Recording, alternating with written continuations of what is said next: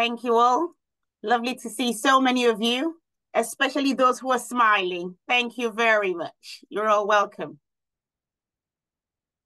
Thank you.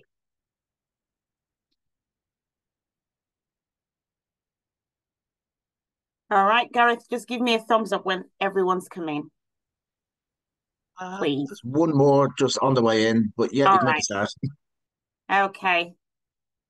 Thank you. I can see Eleanor all the way from Leeds. Councillor Thompson, thanks for joining us. A very, very good morning to each and every one of you. And thank you so much for joining us. To all of you from the north of England, the best part of this country, especially those of you who are Yorkshire and Humberside. Abigail Marshall Cutting is my name, the NEC rep representing north of England. I am very delighted to welcome all of you today to our Co-operative Change North. And those of you joining us and from the Northwest, the Northeast, Yorkshire and Humberside, thank you so much. What a momentous year it has been for the Co-operative Party and cooperative politics.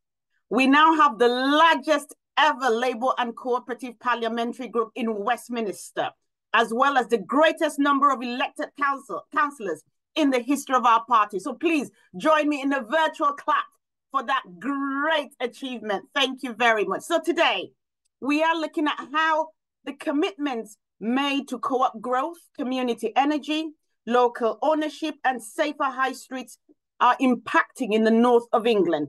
And I'm really pleased to be joined by a series of conversations here today. We're going to have panel discussions, keynote speeches by councillors, members of parliament across our region. But before we hear from them, I just want to highlight a few ways we can all make today's regional conference as interactive as possible and accessible for those who will be taking part.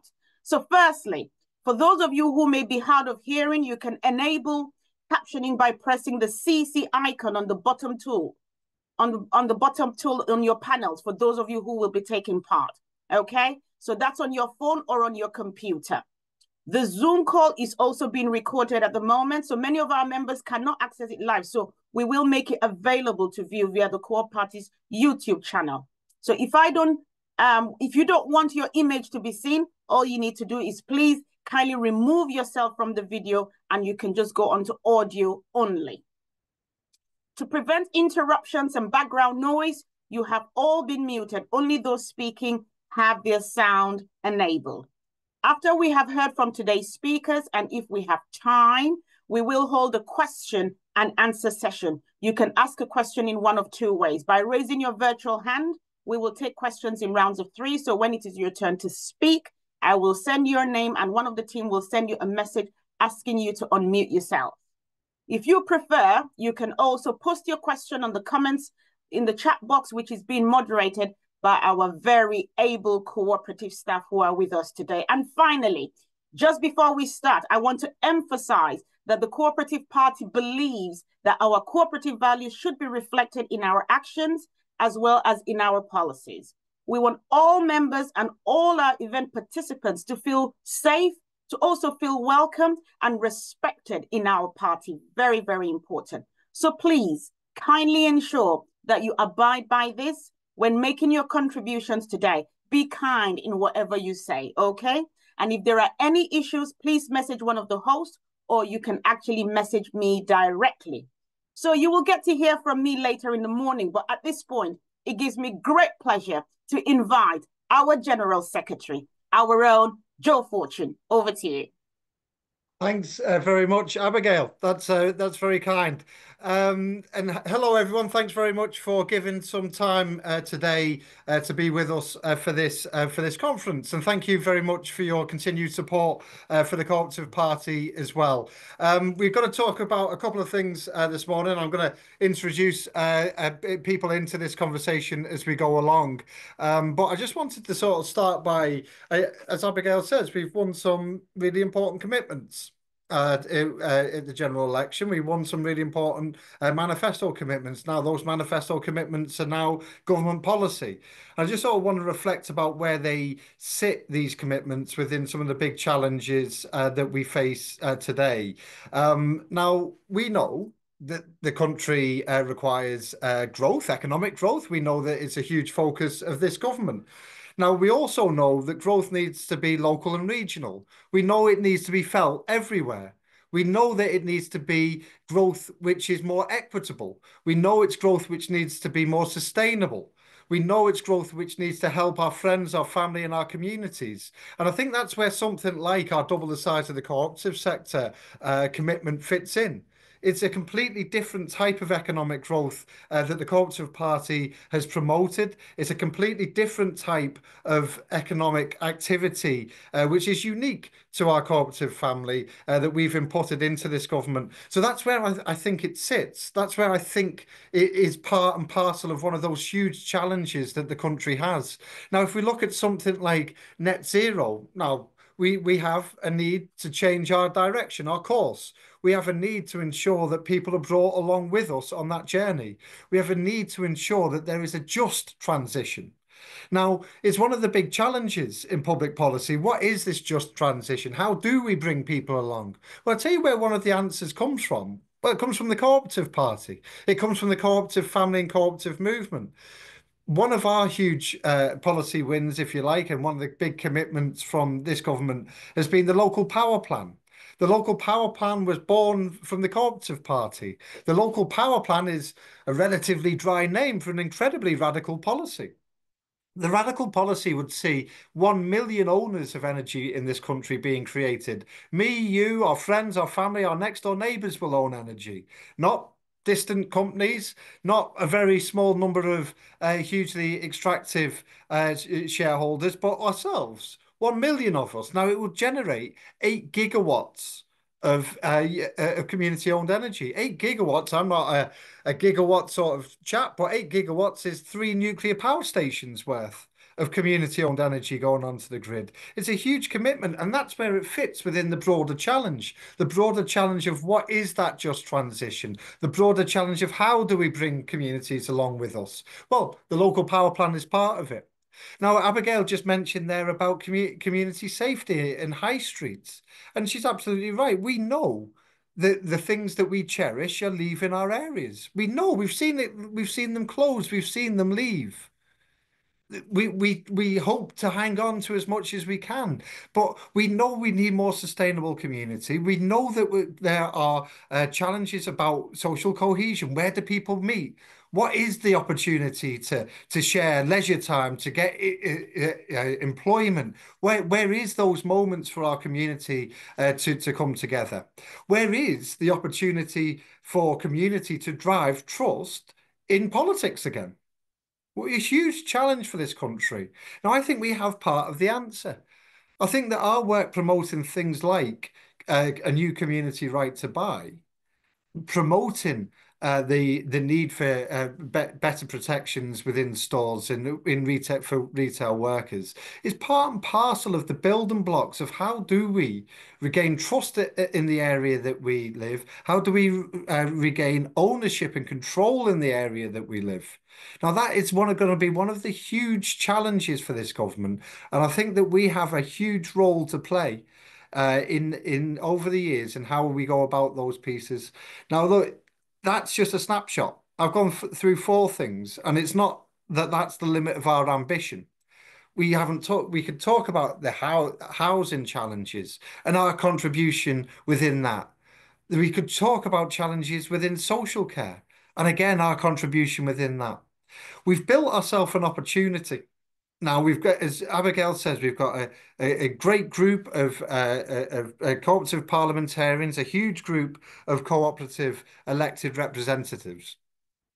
And it's what we've done, and we've built our membership, we've built our supporter list, we've tried to build our reputation, our visibility, all the things that you would expect us to do. And why have we sought to build that? Is to take advantage of the opportunity afforded to us. That's what we're up to. this part of the plan, if you like, in that sort of sense, is about taking part and taking the opportunity and seizing that moment and ensuring that we live up to our responsibility. And I can't wait to get into these challenges. We've seen some great stuff already. We've seen the Cooperative and Mutual Growth Council be established. We've seen things in terms of that community right to buy being put into white papers, ready for legislation. We've seen the local power plan being legislated for within the Great British Energy Bill. We've seen commitments to new legislation for retail workers as well. We've seen some of the green shoots, but we've got much more to do. Now, look, that's a short introduction for me. As Sarah knows, I could do many more minutes, and I won't. But I want to bring in Sarah Hall, one of our new parliamentarians, Labour and Cooperative parliamentarians. Sarah, you're very welcome with us here today. Thanks very much for making some time. Thank you for having me. It's been, I think I've just done a short piece there, Sarah. You regrettably have got to listen sometimes to me in parliamentary groups going into much more detail.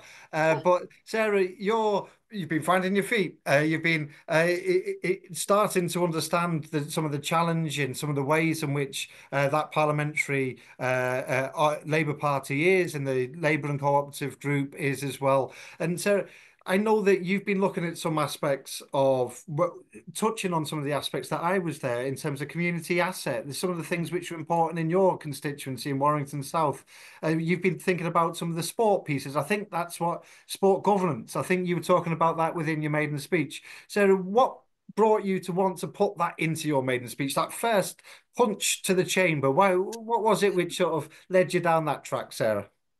Well, just first off, just to agree with everything you said in terms of it's incredibly exciting to be part of the largest Labour co-op group of MPs that we've ever had, and the enthusiasm in Parliament at the moment is amongst us is great. I mean, it feels like that co-op agenda is really at the heart of everything that we're trying to do in government, and it's a really exciting place to be. And I think we've got a real chance to build some legacies here as well, some community legacies particularly. So my background, I was a councillor for a number of years, and I did a lot of work, community work. So establishing things like credit unions and school uniform swap shops and food shares and that kind of thing. And I could see, working with those communities so closely, just how important that role was, and just how much they knew. They were, immersed in their community. They knew their area, they knew the needs, and they were best placed to understand how things should be delivered or could be delivered in a way that suits the needs of local people.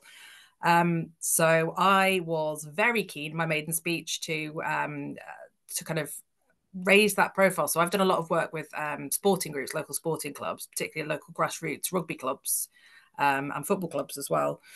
And there is a real appetite there to kind of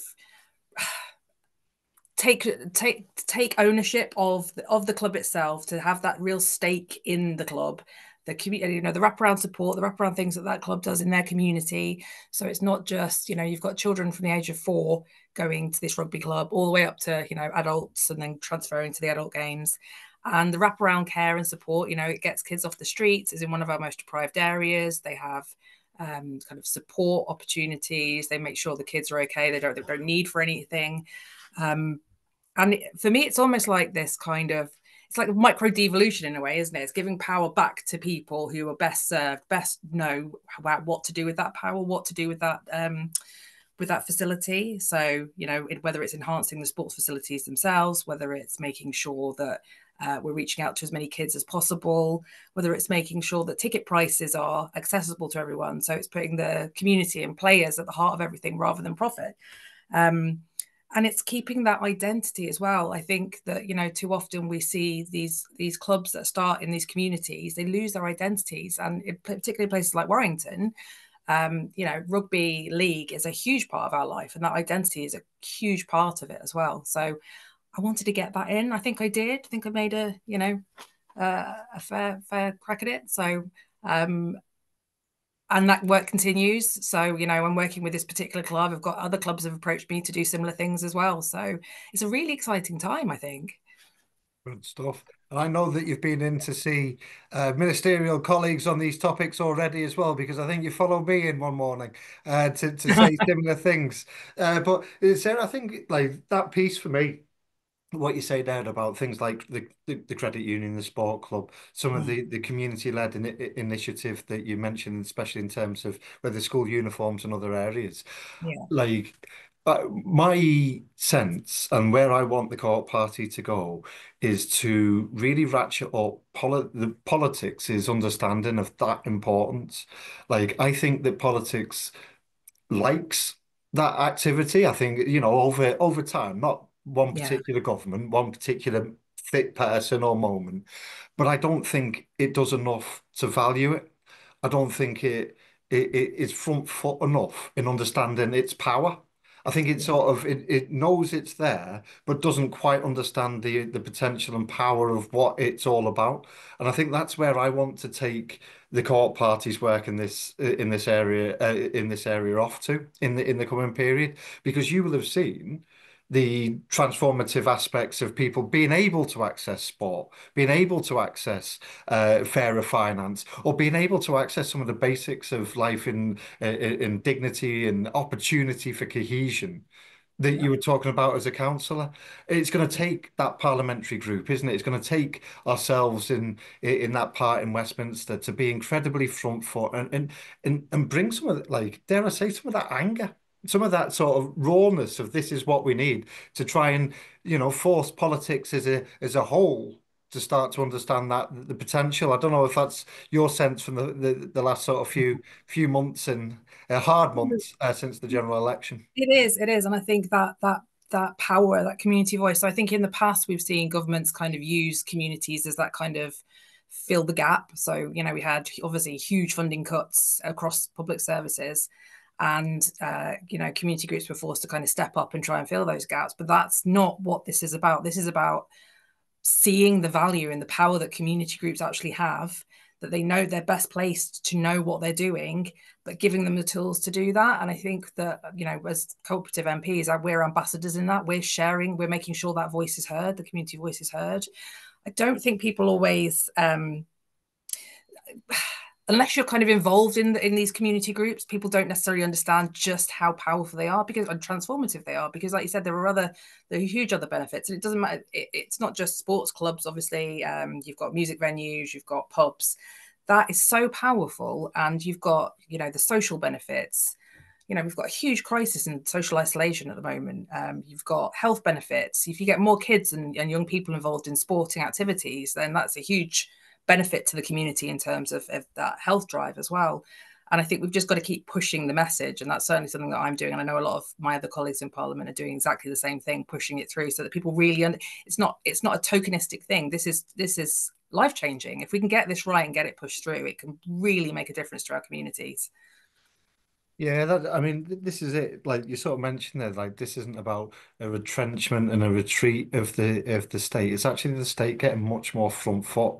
Yeah. It's actually no, you do have a role to facilitate this. You do have a role to create the tools and the capacity in order for ourselves to deliver and own the things which are important to us. That's fine. That's sort of what politics is there for. That facilitation. I think that is exactly where we try to get towards. We've got opportunities, haven't we? We've had a devolution white paper which left some of those crumbs of this is where we're off towards. Yeah. We had the community right to buy in the white paper, but there's colleagues of yours generating the community strategy within MHCLG now, and we'll be working with those, and I know you will be as well, just to try and make that as strong a paper as possible, just to give the sense to the civil service, to give a sense to all of the things which lurk around the back end of government, to ensure that they get the message. No, we take this very seriously. It's moments like that as a cooperative parliamentarian that you'll be so critical to our success on, won't it? Yeah, but I think we're also really lucky. So we've got Jim, haven't we? Jim McMahon and Alex Norris in ministerial roles in that department. So that's incredible, because that's that's where a lot of these changes are going to happen. but what I mean, devolution, I'm really excited about devolution, but I think what we need to get across to people is, what I don't want people to see this as being kind of people in Westminster no longer making the decisions, but a group of people in, say Cheshire and Warrington making the decision. Actually, this is about, again, Cheshire, people in Cheshire and Warrington, for instance, knowing exactly what we need and how that kind of what powers we would like to see coming forward. So it's kind of there's two steps to it. There's the current program now, but also in the future, what kind of powers do we want, do we need in order to enhance our communities and that we're better placed to understand what our needs are. So so obviously there's transport, there's health. For me, I'm really passionate about the skills agenda as well, and kind of creating how do we make sure that our young people in our areas are getting the good skilled jobs that are out there or that haven't even been created yet. So, we're best placed to have those powers so we can enact that change. So that's something I've been very vocal about at this point in time, because now's the time. It's at the kind of the beginning of the process. We're trying to feed as much back as we can. So, but it is an exciting time, but we just need to keep that pressure up, I think. If you're being vocal, I'm sure that there are no parliamentary whips on this call, Sarah. So I think you'll be amongst friends with that vocal stance. But it's a bit like this sort of cooperative growth piece that we're talking about, double the size of the cooperative sector. And it goes back to the role of the co-op party and the role of the cooperative family. Let's be frank, double the size of the cooperative sector doesn't exist without the co-op party. It's not an agenda which government has considered particularly before, not in that way. It's not something that the state is geared up to be able to deliver. Now, if this was a discussion about cooperative growth, I'd be talking about the legislation requirements, the regulatory requirements, and quite frankly, the civil service need to understand as well. In that, what we can see is that the civil service, and this isn't a criticism or a barb or anything. What they are used to is turning out the work that they've been asked to do before. There's teams established, there's expertise established, there's working practices established. Now, something like cooperative growth is a challenge because no one's asked them to do that before. No one's now. This is the need for the party to be incredibly vocal and energetic and front foot at this moment. Because when that hits that system, it's going to take us to keep pushing the water uphill. And that's not a lack of commitment from anyone else. It's not a lack of it's just that's sort of the challenge that we face. And that double devolution, the importance of devolution going beyond the town hall and into the hands of community is in the same place. It's not that the state has been well equipped and well adept at making those big devolutionary steps. It's not something that they've sought to do before. What they've done different aspects, and there's been community ownership funds, and there's been towns funds or other competitive tendering sort of process for support for community. And there's been other legislation over the years as well, but not on that point that you make, Sarah. And we've got to make sure that the cooperative family's experience is put into that discussion, because it's only through that experience and expertise that we've built up over many decades, hundreds of years, that we can start to guide and help that debate. Because I think that without that cooperative party voice in Westminster, we're going to be a much poorer organization for actually forcing some of these changes, and you'll be seeing that already, maybe in other areas as well. Yeah, absolutely. I think we're innovative, aren't we? And it's too often we've seen kind of the tinkering around the edges, but that kind of reluctance to do anything more radical, I think. But that's why having this big group, this parliamentary group now, there's a lot of us, we're all like-minded. It's having this big crew of like-minded people who are all on the same page pushing for this, and everyone is vocal. So I think it's just keeping that pressure up, raising it at every single opportunity, but also I think in terms of the wider party as well, sharing, all of us as members sharing exactly what we're doing, what it means to be a cooperative member, what our ultimate goals are, and just sharing that message far and wide, I think. I think I think that's a really important point there that you touch on, in that this has been a little bit of a Westminster start, a little bit of a Westminster, sort of look and talk about parliamentarians. But what the party has now, compared to some years ago, is huge numbers of Metro mayors, huge Yep. numbers of Labour and cooperative councillors, police and crime commissioners, members of the Welsh Parliament, members of the Scottish Parliament as well. Um, it's not just the elected representatives. Like, it's not just in Westminster. It's not even just the elected representatives within the party. Like, we are all involved in community endeavour. We are all involved in network. We are all involved in family ties within where we live.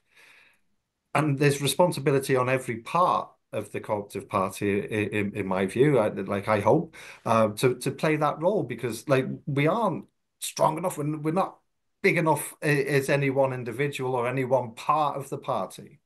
Yeah. Like, there's a good reason why we've built such elected representative bases around the country, which is, we know that there's decision-making tables everywhere. I'm sure Warrington Council is no different. We'll have to be working as much there as we are in Westminster as well, I suspect, Sarah. Absolutely. And I'm proud to say that Warrington Council became a cooperative council as well. So that was good. Was that a couple of years ago now? Yeah, I've lost track of time. Are you having is this a pop about the pro Yorkshire stuff at the start? Come on, Northwest. Yeah, exactly. No, I think we all, as I said before, we all have a stake in this. I think one of the good things, that the best ways to demonstrate exactly how powerful our movement can be, is sharing those best practice, those experiences. So there's examples of where it's worked incredibly well, and there's examples across the north of where we've seen. I know Joe Platt always talks about the mill and all the fantastic work that the small enterprises there have done, or you've got the kind of other music venues that have opened up, or you're hearing about the cooperative care homes that are opening up, and similar work with schools and children's home. We just need to keep talking about that. This is about the power of the community. It's not about profiteering. It's about putting the community first. And we've just got to keep pressing the case. And you're right, it can't just be Westminster. It's got to be all of us everywhere. It's got to be local councils. It's got to be local members, just having those conversations so that it becomes mainstream. So it's not this kind of nice group to be part of, but actually it becomes embedded in everything we do. It's the ethos, and people understand what it means, what the cooperative agenda actually means. So we all have a role to play in that, I think. Yeah, and you mentioned music venue, and I know our time is short. You mentioned music venue. I went to one in Birkenhead recently called Future Yard, and if people have a look at Future Yard in their own time, I think it's an amazing piece. It's in one of the more challenged parts of Birkenhead. And the things that they do to open up opportunity, and the ambition that they have for their organisation, for their area, for the people who take it, is remarkable and inspiring. Now, what we also have to do is inspire those sorts of organisations, the sorts of people involved in things like Future Yard, that the Co-operative Party is that leading organisation for them, because I think sometimes that they felt too alone. Like, they are working so hard to keep their project alive, keep their hopes, their ambition in check, and really deliver for their area. And too often, politics has actually not lived up to what they hoped. So what I really want us in the Co-operative Party to be, wherever that happens to be across the north, across other decision-making tables across the country, is their voice. Because let's make no mistake that is our role. Our role is to be the voice for that sort of organisation, some of the organisations that you've talked about today, Sarah, as well. And look, I hope I haven't talked too much, Sarah. Our time has come to an end, regrettably. I don't know whether there's any sort of final piece from you that you want to get across this morning, because you should have that opportunity, not me. Yeah, I would just say that this is about the other thing, touching on Future Yard, is that opportunity for everybody, and it's that as I said, I'm very passionate about making sure that everybody has that access to opportunity. And I think that's another strength of the cooperative agenda. It's, you know, no matter where you're from, you will be able to access these opportunities that are available. The other thing is understanding. I'm really keen to develop a blueprint so that it is easier, because I think a lot of people are put off from doing these things because they think, oh, it's really hard, I don't know where to start. So developing a blueprint that people can pick up and run with, and having some kind of, you know, if you've got successful case studies like Future Yard, that they're mentoring others and supporting, and having that kind of mutual support network for people as well. So that's really important. But no, it's very exciting time. So thank you for having me. No, thanks very much. And look, we've touched on one area today, but if we were given more time, Abigail, Gareth, I think we could have done even more. But thanks very much for having both myself and Sarah this morning. Thank you. Fantastic.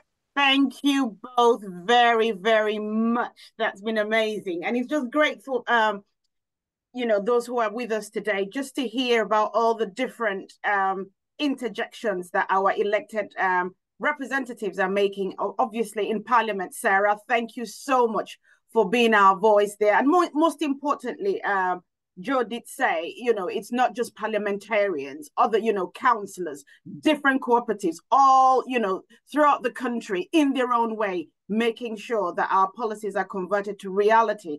And Joe, you did mention about growth, making sure that it is felt everywhere, and so important, not just in north of England, but everywhere in terms of fairness and in terms of equity as well. So thank you very much for that. We're now going to we do have some points for questions. Is that correct, Gareth?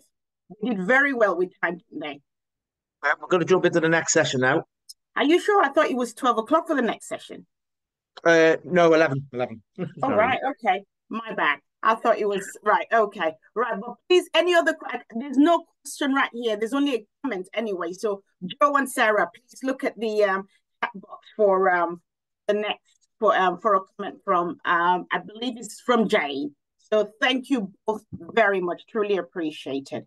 Okay. So next we have. Just bear with me. Okay. Safer communities. Is that what we have next, Gareth? Just to be sure that I'm on the. I've got the right. No, we're on delivery of cooperative solutions at a local level. Right. Which is, which I'm chairing this session now with our two mayors. So I'm happy to take over from yourselves now. Back to you, Gareth. Thank you. Lovely, thanks. So yeah, my name's Gareth. I'm one of the regional organisers, primarily Northwest, also cover Northern Ireland and a lot of the local government work. So I'm pleased to be chairing this session. So we've heard a lot, particularly in the last week or so, around devolution, around more combined authorities, more mayoral authorities coming through.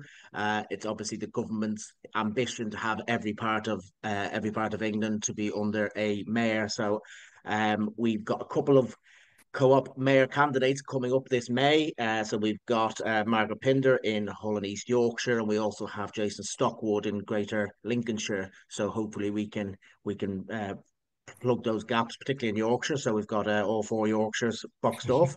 But it's absolute pleasure now to welcome our Labour and Cooperative mayors, Kim McGuinness for the North East and David Skaith for York and North Yorkshire. And you're just going to give us a brief presentation just around some of the work you're doing and the importance of it. And obviously you're the trailblazers for this, because the new mayors coming after you are going to be following what you're doing.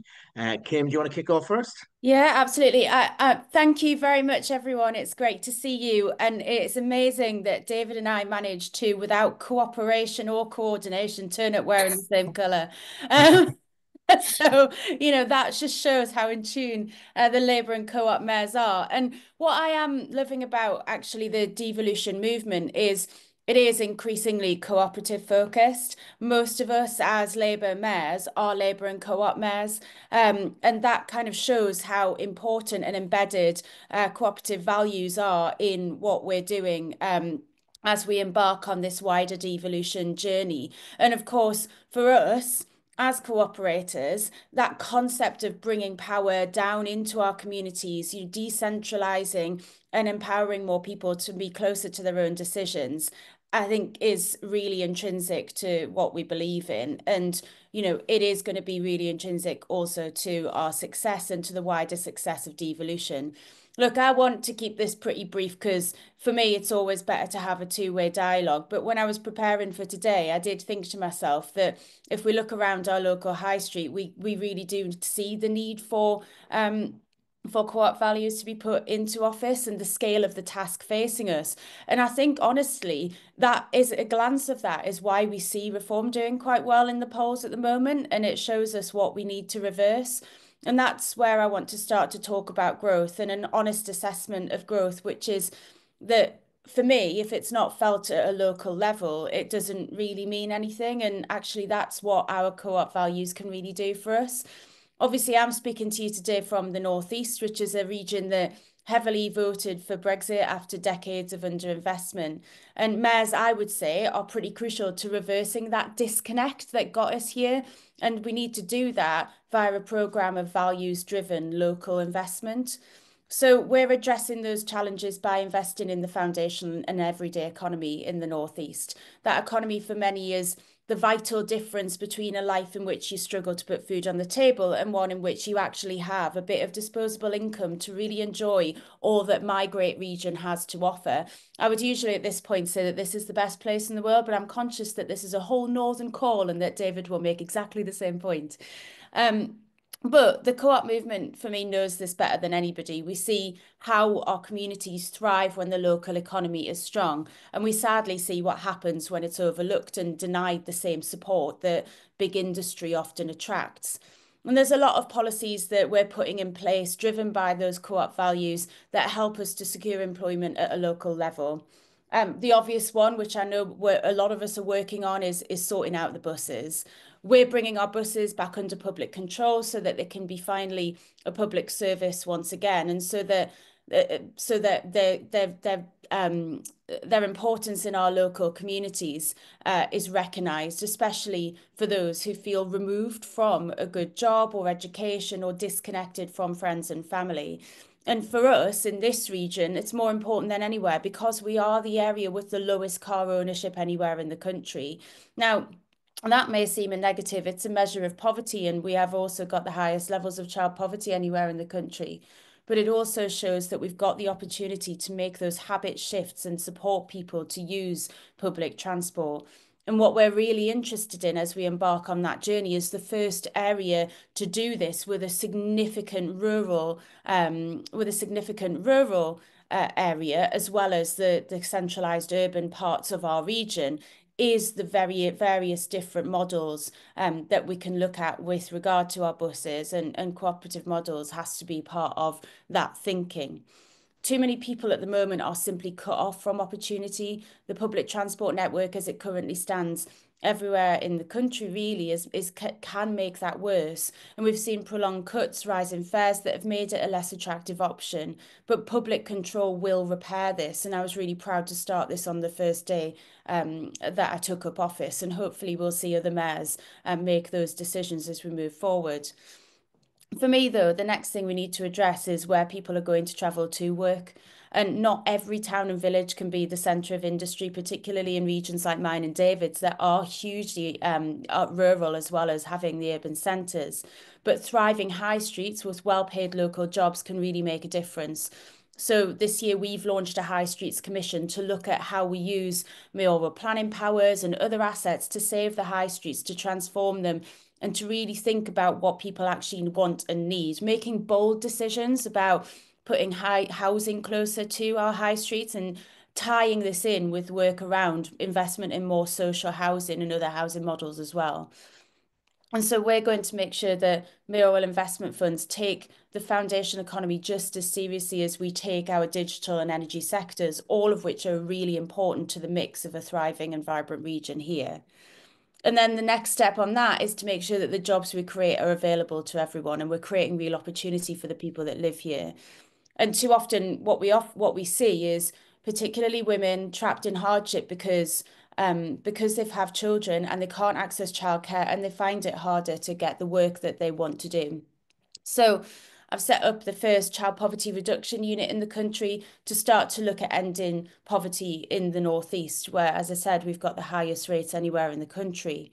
The first project we'll deliver on that is a childcare grant for people completing work or training and getting back into the employment market or improving their own income. Because what we need to do is break that cycle of hardship that locks people out of those opportunities, having to turn down good opportunities because they can't get through the first month back into work because of the transport, the food costs, the childcare costs. But in order to do that, we're going to have to look at childcare supply side, and cooperative models, again, are a huge part of our thinking about how we try and resolve some of those issues around supply and also the very high costs of childcare. If we're going to create that opportunity, we have to be mindful of that and we've got to intervene. And I'm doing that to make sure that the Northeast has the future that it deserves and not one where we create two Norths, which is one held back and one that can thrive and secure investment. So maybe we can't bring immediate change to the areas we need, but we can at least focus on them and make that determined effort. And in the Northeast, we're moving really quickly. We're trying to make those decisions. We're thinking about how we put our values in office. And we see the scale of the challenge very, very clearly and the benefits of having an active co-op movement, which stands by our neighbourhoods and invests in them. Community wellbeing, community resilience, it's all vital to a prosperous Northeast and a prosperous wider North. And it's just as important for me as growth and GDP and all of those traditional measures that we look at when we're thinking about how we grow in this country. And for me, it means working on that truism, that they are the measures designed to start rebuilding the infrastructure of opportunity to ensure all parts of the region have the chance to succeed. There's so much more that I could talk about. We've got a Mayor's Opportunity Fund. We're working on a new deal for Northeast workers, but hopefully there'll be space for questions after we've heard from David. So I'll just finish off there and say thank you. Brilliant, thank you. And I know that you've probably got hours worth of priorities you're working on, but that was a great snapshot of just some of the bits, and particularly the bits that we're really campaigning on as a cooperative party. And we can't mention mayors without mentioning buses. It is one of the number one benefits of the mayoral model. So David, over to yourself if you want to chip in anything that Kim hasn't already mentioned.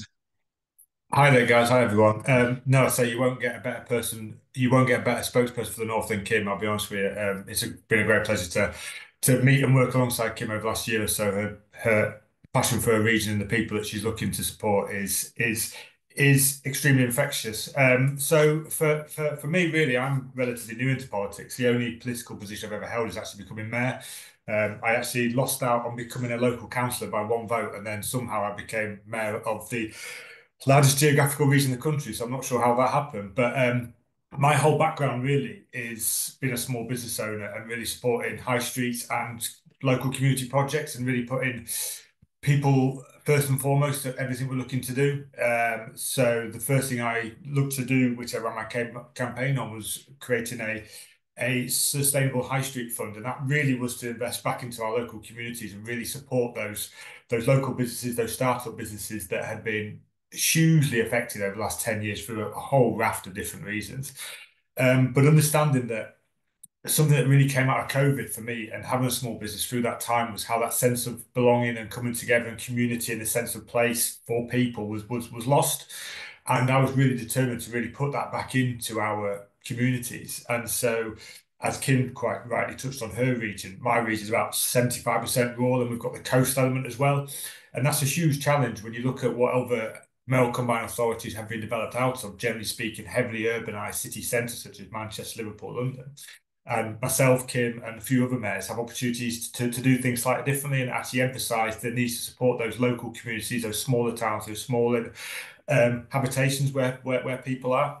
But also that last sort of couple of the last big pieces in that northern picture. And I think now having 7-8 mayors speaking on behalf of the whole north, and obviously Hull and East Riding coming on scope very soon, the whole of Yorkshire represented by 4 people, to actually change the narrative around how we need to show growth and opportunity in other areas away from those big urbanized city centres. And for us in my patch in particular, the overwhelming majority of our businesses are those smaller micro businesses, those family owned, operated, small community projects that are really driving our economy. So being able to create a fund already that's gone into supporting those. But another thing we've done with that fund as well is we're going to be bringing in 3 posts into that fund as well to actually go and help those local businesses to create corporations and to create cooperatives, so actually people can work together. I think so many people have never really had that exposure of how to work collectively, how to bring different organisations together. So having a few posts in there to really help that as well, because we're really determined to increase the amount of co-ops and community-driven businesses and organisations in our region, but a lot of people don't have the capacity, the time to understand actually how that all works. So we're actually putting some posts in place to actually support those projects as well. Another thing that we wanted to do, what I wanted to do straight away was I very much came into this role really to build the foundations, but really help people and our communities in those hard to reach places, particularly in our region. York and North Yorkshire probably externally is seen as it's okay, it's green, it's affluent, it's leafy, everything's fine, but actually we have huge pockets of deprivation. But a lot of time our pockets of deprivation are linked to very areas which are not deprived at all. And there's 2 wards in York, for example, where the most deprived ward is a mile away from the most advantaged ward, and the life expectancy between those 2 wards is 12 years. And the difference between those 2 wards is one has much better accessibility and to things like transport and opportunities, where the other wards doesn't. So our kind of poverty and challenges we face are almost masked by the geographical makeup of the region, but also some of our areas aren't such that way. So something I created straight away, again, very early on, was a project which helped 21 community buildings, projects, organisations across the region in those hard to reach places to actually go and develop some of their community place, their community space in these towns and villages across the region. So people had that sense of place where they could come together and use and operate and work out of and function. And that for us is always the real challenge in our region, because the access to opportunities is so challenging because of the geographical makeup, which is one, the poor transport connectivity, which is why having a mayor is so vital, because we can actually really establish that. But just the access things like internet is really difficult in some of our areas, for example. So we've created and we're supporting these hubs and these community buildings throughout the region. Some are village halls, some are cricket clubs, some are just community hubs that are, geared around how they can be the centres where families and people can come together and use them as a place of safety and warmth and everything else, but actually have a place where people can come together and have that sense of community. And because for us, even though we are that region which is maybe seen as not the most deprived, so we do really have those challenges, but just generally in the north and in North Yorkshire, we do feel like it has an area that's been really left behind. And despite being conservative led for forever in terms of the council, I mean, I think it's probably been conservative led ever since the Stone Age, really, and almost having every single MP in North Yorkshire at one stage conservative and a conservative government. The investment that was put into the region in terms of building affordable homes and social homes, improving transport connectivity, and supporting our towns and high streets has just not been there at all. And we always know that investment in the north is always lagging behind what investment we've seen in the south as well. So in our region, as much as anything, it's about building those foundations and actually getting those pieces right first. We talk heavily about economic growth and the really big scale picture, and that's really important. But in our region, some of those fundamental basics are what we're lacking. And that really does stem from community, local, small operations that are building that up. And that's where we're looking to drive a lot of investment in. And about 96-97% of our businesses in our region are small and micro as well. And the overwhelming majority of those are family owned and operated organisations and businesses as well, who we know tend to have a much higher level of staff retention, tend to pay better, but also tend to invest more money back locally in the local economy. So we're putting a lot of time and energy into really supporting those smaller micros, because that is what our fundamental economy is driven off. We have some big players, we have people like McCain, we have Nestle, we have some really big food manufacturers, but the overwhelming majority are those small operations and those cooperative organisations. another thing we've done with the High Street Fund is actually a big part of what that fund is going to be is not for individual businesses. It's actually a big part of it is actually partnership and co-op building. So a big part of it is actually we're wanting, and that's why we've got the 3 posts in place to support this process, is organisations, businesses to come together as a collective and bid collectively and work on challenges that their communities are facing as a collective. And so that's why we wanted to put that together, but also have that post so we can actually deliver that. So that's kind of where we are really. Again, I'd love to take some questions from us, but I think, as Kim quite rightly said, the opportunities that mayors bring and the future of devolution going forward is incredibly powerful, and especially for the North, and to just highlight the challenges that we face, and working collectively as spokespeople, particularly for the North, is very powerful. And obviously having some more well-established mayors in the region in the North, such as Andy and Steve and Tracy, who have been around for a good few years, longer than Kim and I, have kind of been leading that trail, but now having 2 more Northern mayors coming on this year, that's really going to bolster that. So the overwhelming majority of the population in the North is going to be represented by mayors, and devolution and where Labour are going, and particularly around working with co-ops, is going to be incredibly powerful for our region. Thanks very much for that, David. And yeah, absolutely brilliant to hear what's going on, and jumping in 2 feet to get stuff sorted. We do have just a couple of questions through, but there is those extra 2 mayoral authorities, and then the sort of what we will hope to see over the next year or 2 is further mayors coming in across Cumbria, Lancashire, and Cheshire, Warrington, possibly at different speeds due to local government reorganisation in those areas. But then we'll have a sort of the whole the north of England covered by metro mayors, and with the Labour government's focus on supporting the co-op growth and putting it to the metro mayors through the local growth plans that you're all developing. We can see a real growth in the co-op sector. One of the questions has come through just around the support that mayors and their powers can give for disabled people, and that's both I think we've heard a bit around sort of obviously access in terms of buses and jobs, but also for those who then wouldn't be then able to continue in the workforce due to a disability. Is there anything that you're looking at in either of your areas, particularly around this? So just one thing that springs to mind straight away was we've been given the £10 million Trailblaze for Skills, and that's supporting people who are inactive through ill health, disability, whatever it may be, back into the workplace. So that's a 10 million fund that we're going to be ramping out this year. That's to go over about the other 15 million or so in skills that we'll be pressing out this year. And so much of what we've been focusing on our original skills was actually that area, because we're quite fortunate in our region. I know it's something that Richard Parker speaks about heavily, about how he has such high unemployment. We're quite fortunate we actually don't have high unemployment per se. Our challenge is how we're making accessibility and opportunities for everyone across the region. And a big part of that is that skills agenda, understanding that people have maybe fallen out of work for a whole host of reasons, but we know a lot of it is through ill health, and that accessibility. And we're taking over. We're a little bit behind Kim on transport, but we're also pushing heavily down that franchise and transport route and taking over a whole ownership of transport. And a big part of that piece has been that access to all, and particularly around people who have health challenges or whatever it may be. And because of our reason, again, we have an overwhelming aging population. So it's understanding that we're supporting our aging population as well as. So it's a big part of our skills element, but it's also feeding heavily into our transport requirements. We're also working with quite a lot of housing providers in our region as well. And a big scope of what they're looking to do is to develop stronger calls in their housing for people with illnesses, ill health, and other challenges they face as well.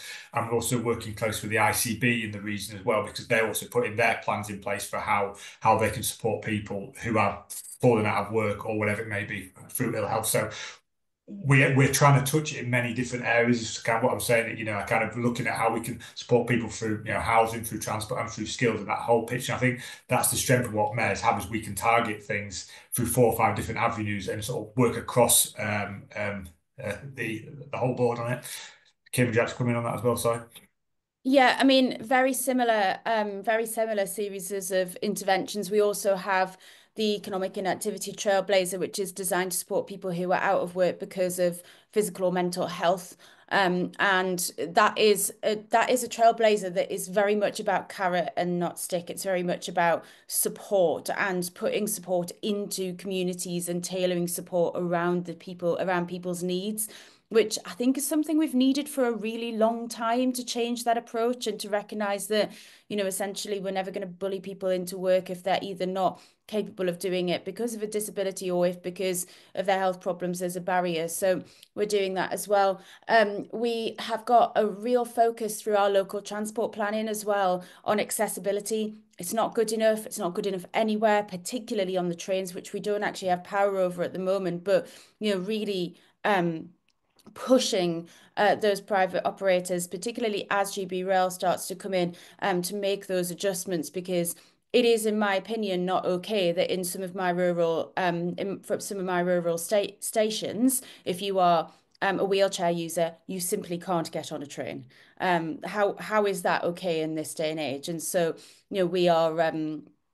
we are really, really focused on that. And then I'm not going to add to much more to what David said, because I think we're all thinking along a lot of the same routes, but we are really thinking quite hard about public realm in our area, particularly public safety and public spaces, how we make public safe spaces much more accessible. And that's a really big piece of work alongside our local authorities.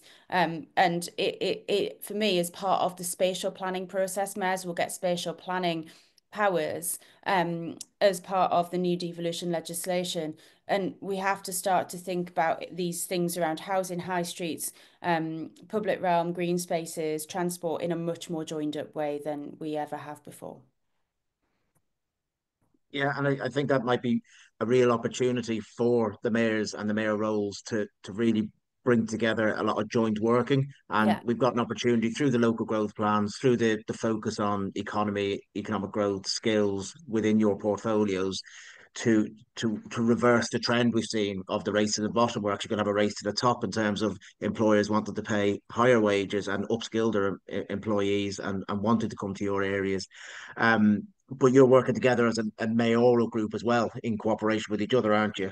Yes, and this is really big. So not only are we working together as at a national level, so we've got UK mayors where kind of mayors cross party come together, although there is only one Conservative at the moment. We know that as devolution marches, we will likely see the balance change. We will likely see people from different parties get elected. I suppose democratically we have to be okay with that, even though we're going to fight as hard as we can to have as many Labour and co-op mayors as possible. So, the plug goes on to get out and campaign for that. But the other thing that we're doing as a group of northern mayors is now really organising as a joined up north. David mentioned that, I mean, we were so delighted to have him elected, and to add that kind of proper community business owner skill set to our cadre is so important for us, because kind of the mix of backgrounds and skills that mayors have is so important to enrich the devolution journey, I think. But the North, as David mentioned, will be the first fully devolved part of the country. We bring on 2 new mayors next year. That leaves only 2 areas of the North without a mayor, and we expect to see that resolved in 2026. So by 2026, May 2026, the likelihood is we will have a fully devolved North with probably 7, 8, 9, 10 mayors, 10 or 11, can't do the maths, with 10 or 11 mayors. And so, we've adopted the Great North banner. We've been gifted that by Sir Brendan Foster and the Great North Run Company. And we want to run forward with that and, change the kind of Conservative Northern Powerhouse brand to something that's much more bottom up, much more cooperative, much more about kind of who our communities are and what they want to see. And so there'll be a lot more to say about that in the coming months. But for us, that collectivism as a group of mayors is crucial. Towards the end of the session, but David, is there any last comments you want to make just on the back of that? I'll come back to Yeah, you no, then, Kim, I as just well. want to add one other piece with it. I think it's kind of something that kind of gets missed a lot with mayors, actually. I think it's the great work that Kim's been doing, particularly around child poverty and everything like this. You look at what Andy Burnham's done around homelessness, and we're looking to a lot around early prevention in health and particularly mental health. And I think actually the powers that mayors have, and some are slightly different. I know I have OPFCC powers, some other places just have fire, some other police just have police or fire, sorry. But actually, a lot of what mayors are looking to tackle are not actually what you necessarily directly see in the devolution deal. Yes, economic growth, skills, housing, but actually so much we have that bring us our own personal desire to really, improve on some areas that are not necessarily in devolution. We don't talk enough about, for example, health, mental health, child poverty, homelessness. That's not necessarily in our DNA of our devolution deal. Those kind of things that we've borne out of, and that's why we got into politics. That's why I got into politics. Why I wanted to bring this role. So I think understanding that we have so much more that we can achieve outside of what our devolution and mayoral combined authority might say on the tin. And I think that's really a good opportunity and a good way to keep developing mayors and combined authorities and keep evolving in time. It's not just what we do that's on the tin. It's actually we bring so much more, and that collective power that maybe Kim will develop around child poverty, or I might do about mental health, or maybe Andy's drive with homelessness, how we can bring that and roll out what Kim's doing, then we can roll it out nationally, or what we want to do around mental health, we can roll it out nationally. I think that's when we get these new sort of policies and plans and ideas coming through that then we can feed from bottom up into government as well. Actually say, Kim's rolled this out in her patch, it's been hugely successful. I would love to work with Kim and how I can roll that in my patch, and so on and so forth. And then it rolls out nationally. So I think we have some opportunity, not being just fed down from government what devolution is. We have opportunity as mayors to actually look at certain things that maybe are a real challenge in our personal patches that may not be a huge challenge in another patch, but actually then that becomes a national new policy. So I think, again, that's a great opportunity where we can work closely with the Co-operative Party, and actually we could trial something in my patch that is maybe of a real challenge. Anything around, say, farming cooperatives, for example. And that could be a national policy change, but we could be the trailblazer here. Or Kim could roll out something in her patch that could become a trailblazer that can be rolled out nationally. I think that's the opportunity that mayors have, is they have that unique and individual way of being able to think and sort of, trial a few things on a smaller scale and ramp it up. So again, our relationship going forward with the Co-operative Party, from my perspective, would be, if you want to trial things or look at a policy on a smaller scale that we can maybe ramp out in a rural area or an isolated community or a coastal patch that maybe not everyone has. So it's not maybe of a national importance, but it could certainly support 30–40% of our country. But we'd be happy to say lead on that. I'm sure Kim and other mayors would be behind the idea of trying things in their patch, then making a national policy, but having that localized viewpoint of it. I think that's so crucial. And also, these have been, and I think under the Conservatives, a lot of these deals have been designed to be, economic deals. That's fine. We are happy to do that work. We are delighted to attract growth and investment and to try and change the way we do that in the interests of the people of our regions. And, I'm all for it. It is an important part of what we do. But what I'm really interested in for devolution, and this is exactly kind of the conversations that we're having as groups of mayors, is how does that then extend into the social agenda? How do we start to make an impact on health and well-being? How do we start to make an impact on, as I said, public realm? How do we start to essentially improve people's lives through devolution and through empowerment of their local agenda? And so much of that is essentially built in with a wider convening capability, but so much of it will come from exactly what David said, the trial and error that we'll get in those regions. And David talks about food security and farming, so much more than the rest of us, because different parts of the country have to do things in different ways, but we can all learn an awful lot from what each other have done. And so I think there's a lot more to come from that devolution agenda that is much more impactful on a wider social footing than simply just in the economic space. I think that's absolutely spot on. I think that's particularly what some of the questions in the chat have been about. That, of course, it has been economic growth led the whole mayoral models, but actually we're using it as cooperators and as Labour and cooperative to be much broader, to bring in supporting communities, community cohesion, mental health, the NHS, and so on.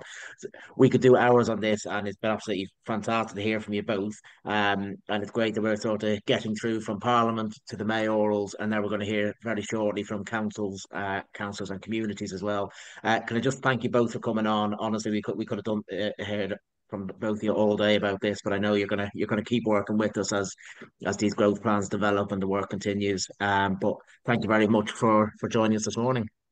Thank And I you can for see having us. some applause from the audience, not quite like the in person, but thank you very much. So Thank you. next up, I'm going to bring in Eleanor, who is going to be chairing our next session. And we'll get you up on the screen.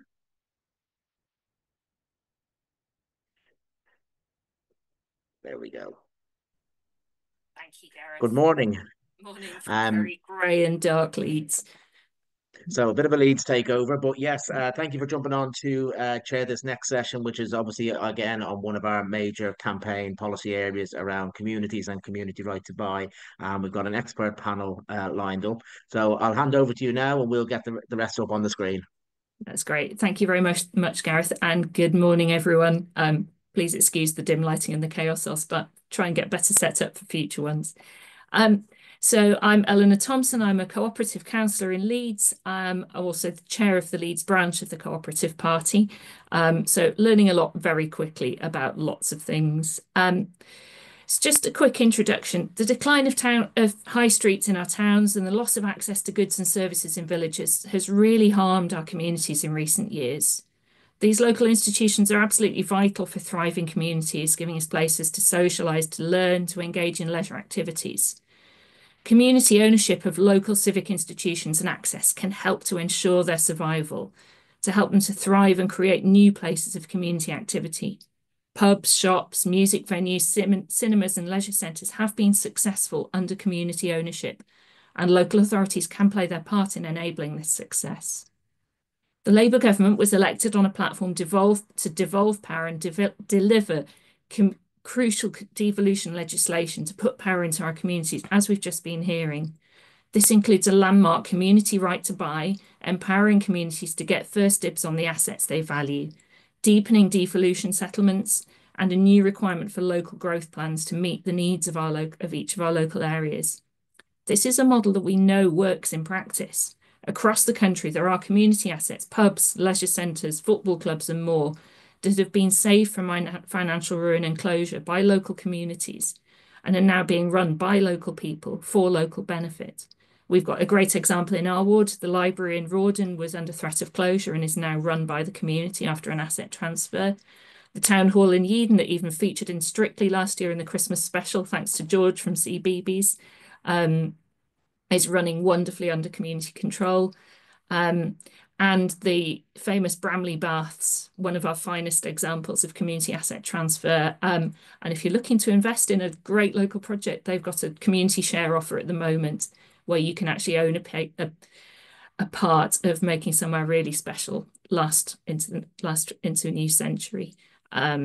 It's a beautiful place, and the community have worked really hard to keep it going and make it and to future-proof it and sustain it. So that's all from me in terms of introduction. So I'm hoping our speakers will join shortly.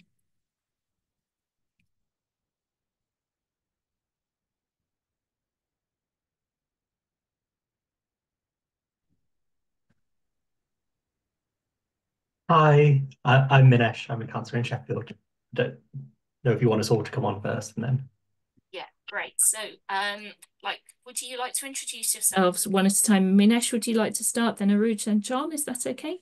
Yeah, thank you, Eleanor. Hi, everyone. I'm Minesh. I'm a councillor in Sheffield, a Labour and cooperative councillor, and also the chair of the Sheffield branch of the Co-operative Party as well. And my name's Councillor Ruth Shaw. I'm the Labour and Co-op leader of Oldham Council. And I'm John Needham. I'm the former secretary now of the Iron Trust, Scunthorpe United Supporters Society, although they've managed to rope me in to stay as an assistant secretary. Great, thank you. So it'd be great to hear from each of you about what's happening in your areas, what changes you've been able to make, and perhaps what lessons you'd like to be able to share with us, but on your terms. Aruchi, you happy to begin? Yeah, of course I am. No problem at all. I've been an elected member since 2012 and on and off, but Oldham is the place that I love so dearly, and it has a really proud history with the co-op movement. And people will get sick of me saying this because I say it all the time, but unfortunately the cooperative movement was born in Rochdale, but that's the only one victory I let them have as a neighbour, because I think that we've always been big on cooperation here. And we were obviously one of the founding members of the Co-op Council Innovation Network, and we've been a cooperative council for well over a decade now, and I take so much pride in saying that because the values are so important, and I'll give some examples of Oldham's cooperative sort of journey in a minute. But, you know, most recently, we've opened a place called The Hive, and this space is dedicated to startups and social enterprises in Oldham Town Centre, and it's partly run by Upturn Enterprises, which is one of the most successful social enterprises in Oldham. And we welcome two of our movement's biggest champions in Johnny Reynolds MP and Jim McMahon MP to formally open The Hive. And the space in the upstairs of the Spindles, because the Spindles used to be a shopping centre that was owned by somebody in America who didn't really care about Oldham, and we were never able to engage. And, you know, like town centres declining across the country meant that people would just blame the council for it. So during COVID, we got the opportunity to actually purchase the town centre, and we did. And what we did was we completely renovated the upstairs to take all our staff and move them across there. So in the upstairs of the Spindles complex, it's more than just somewhere where people can work. It's really about maximising collaboration, and the Hive is one part of the upstairs, and it's about putting cooperative values in practice and focusing on the social impact businesses can make by helping with them with, you know, procurement, social value, innovation, challenge, and building Oldham's social economy. And we used our experience of pulling together this cooperative model for the Hive. So we're now looking at how we can create a cooperative for Oldham's cultural partnership. And I wasn't on the council, actually, when there was an announcement made in Oldham about our theatre closing down, which is the Oldham Coliseum. But I, like many residents across the borough and beyond, was absolutely devastated about it.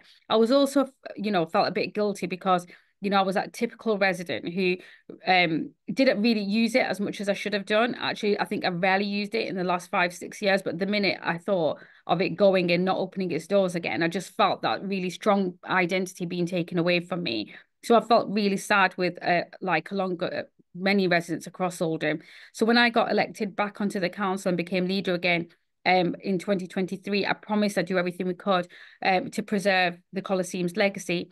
So we worked with a group of residents called Save the Coliseum Group, and they were spearheaded by the actor Julie Hesmond-Delche, and we managed to agree that we could actually invest in the theatre at Fairbottom Street and produce the shows that Oldham's residents wanted and deserved from there. And that was really, really fantastic for us. So we managed to reverse that position and commit to reopening the Coliseum for Panto season this year. And you'll be delighted to know that the Save the Coliseum group has now also rebranded itself as to the Friends of Oldham Coliseum, and they hope to play an important role in its future. So with that outpouring of love for the Coliseum, when it was announced it was closing its doors, it was obvious to me that the community should have a greater involvement in its future. And also the fact that when the decision to close the Coliseum, actually, no matter how much the strength of feeling was across Oldham, they actually had no say in that decision that was made. So then, for me, it was a natural step that we try and embed co-op values into its future, and a future where residents can have greater democratic say in the running of that organisation, and that it also supports and empowers the communities around it, drives innovation in our culture, promotes inclusion, sustainability, and the local economy. And that is really, really important. And with that announcement, we then decided that we were going to work with the Coliseum Board, the council, Oldham Theatre Workshop, Friends of Oldham Coliseum, and all key cultural institutions to look at how we do this. And actually, one of the things that we have decided is that from the moment the Coliseum opens its doors, so from December 25, because that's when the first panto season is, and that's the commitment that we've had. We've said that once we work out and how we're going to involve everybody else into this cooperative, we've said that every child in Oldham that's born in Oldham will naturally be an investor in the Coliseum, in Oldham Coliseum, so they will feel that they've got a part, so they will have a stake in it. And I just think that is just incredible, because that's what this is about. So we recently hosted a cultural cooperative workshop where officers of the council then worked with those key stakeholders to talk about how best we can ensure that we do this, and that the most important thing is that it is a people-centered enterprise. Because we really see this as beneficial, because we all know co-ops are more equitable and that they're more sustainable than traditional businesses are, that they strengthen local economies by keeping all profits and investments in communities, and it'll encourage collaboration where there previously may have been competition that led to the Coliseum's closure in the first place. So we also know that other cultural cooperatives across the world, like Battersea's Arts Centre in London, East Streets Arts in Leeds, the Artscape, Whitchwood Barnes in Toronto, they all use their spaces and their art to bring communities together to celebrate creativity, diversity, and shared experiences. And I'm so confident that we'll put it off as well. So not least because we know we'll be in trouble because Jim McMahon is so keen on it, but we know that he's not going to let us get away with not doing it. So that's one of our really, really key and flagship and symbolic cooperative partnerships that I'm really delighted to share with you all about. Thank you so much. That's wonderful. And appreciated the Leeds mention there as well. John, would you like to tell us a bit next about what you've been up to? You might need to unmute still. Oh, John, we can't hear you at the moment.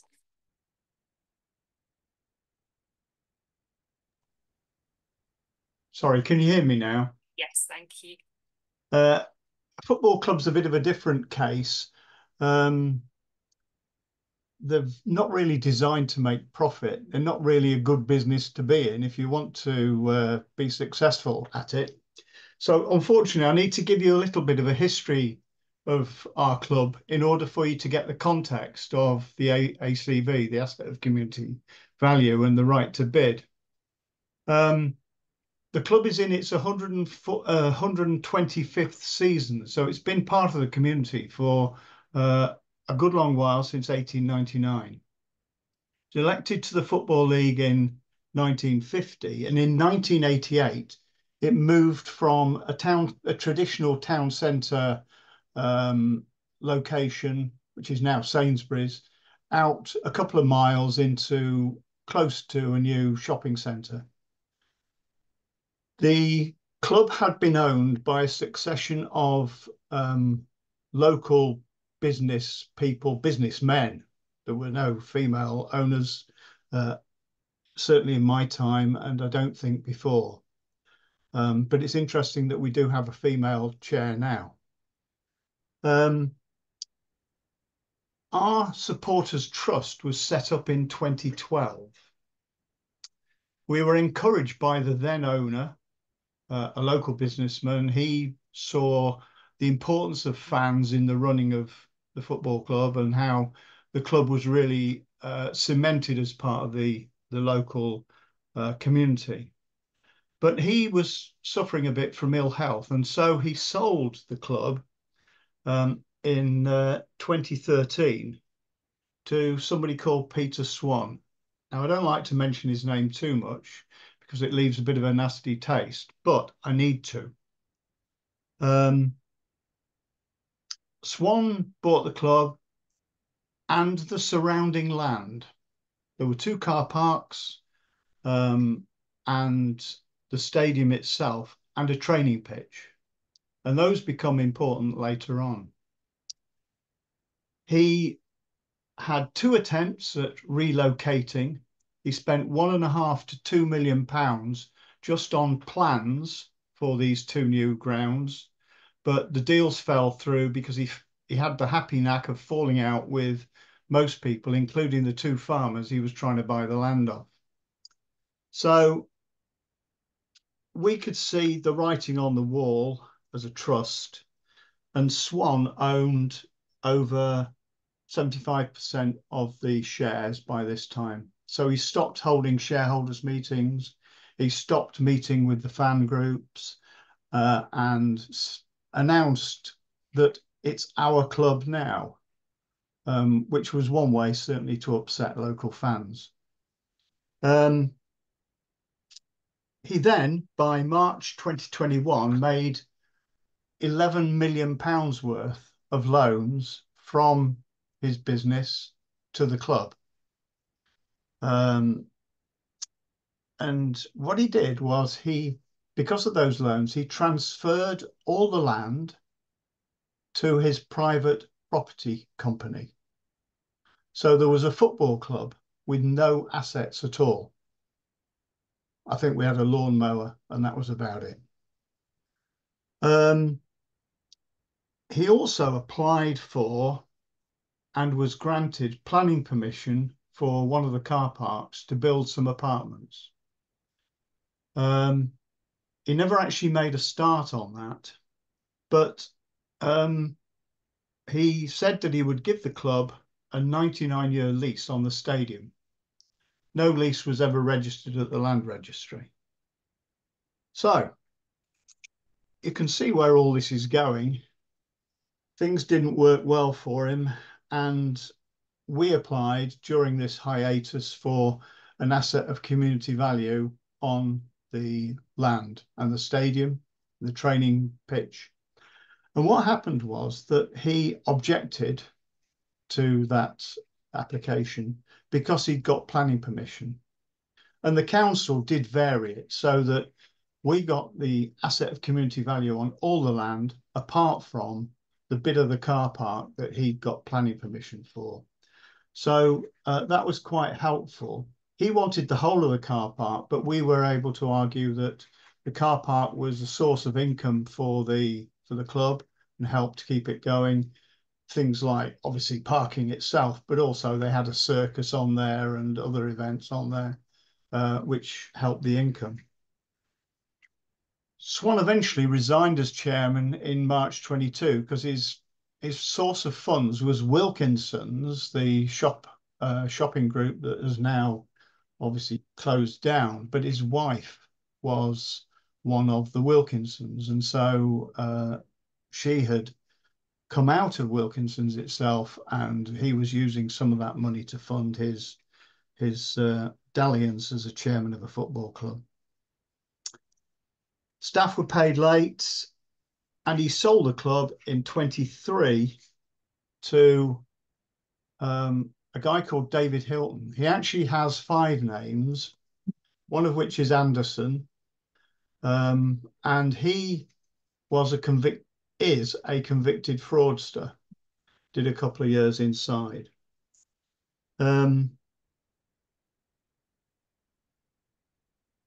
Swan kept the stadium, so he sold the football club but kept all the land. Now that's a crucial thing and became crucial for us later on.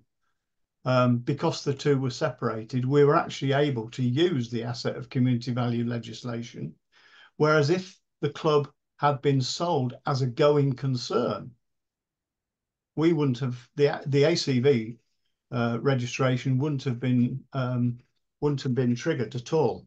I'll explain why later on. Needless to say, Hilton fell out with Swan. He also fell out with the fans. He started banning some of the fans, and eventually he refused to pay wages. Fans rallied together and raised £70,000 in about a week and a half to pay player and staff wages, or help to do that. And we're now in August, the end of August 23. Swan then, so we've got a Hilton who owns the football club, Swan who owns the land still.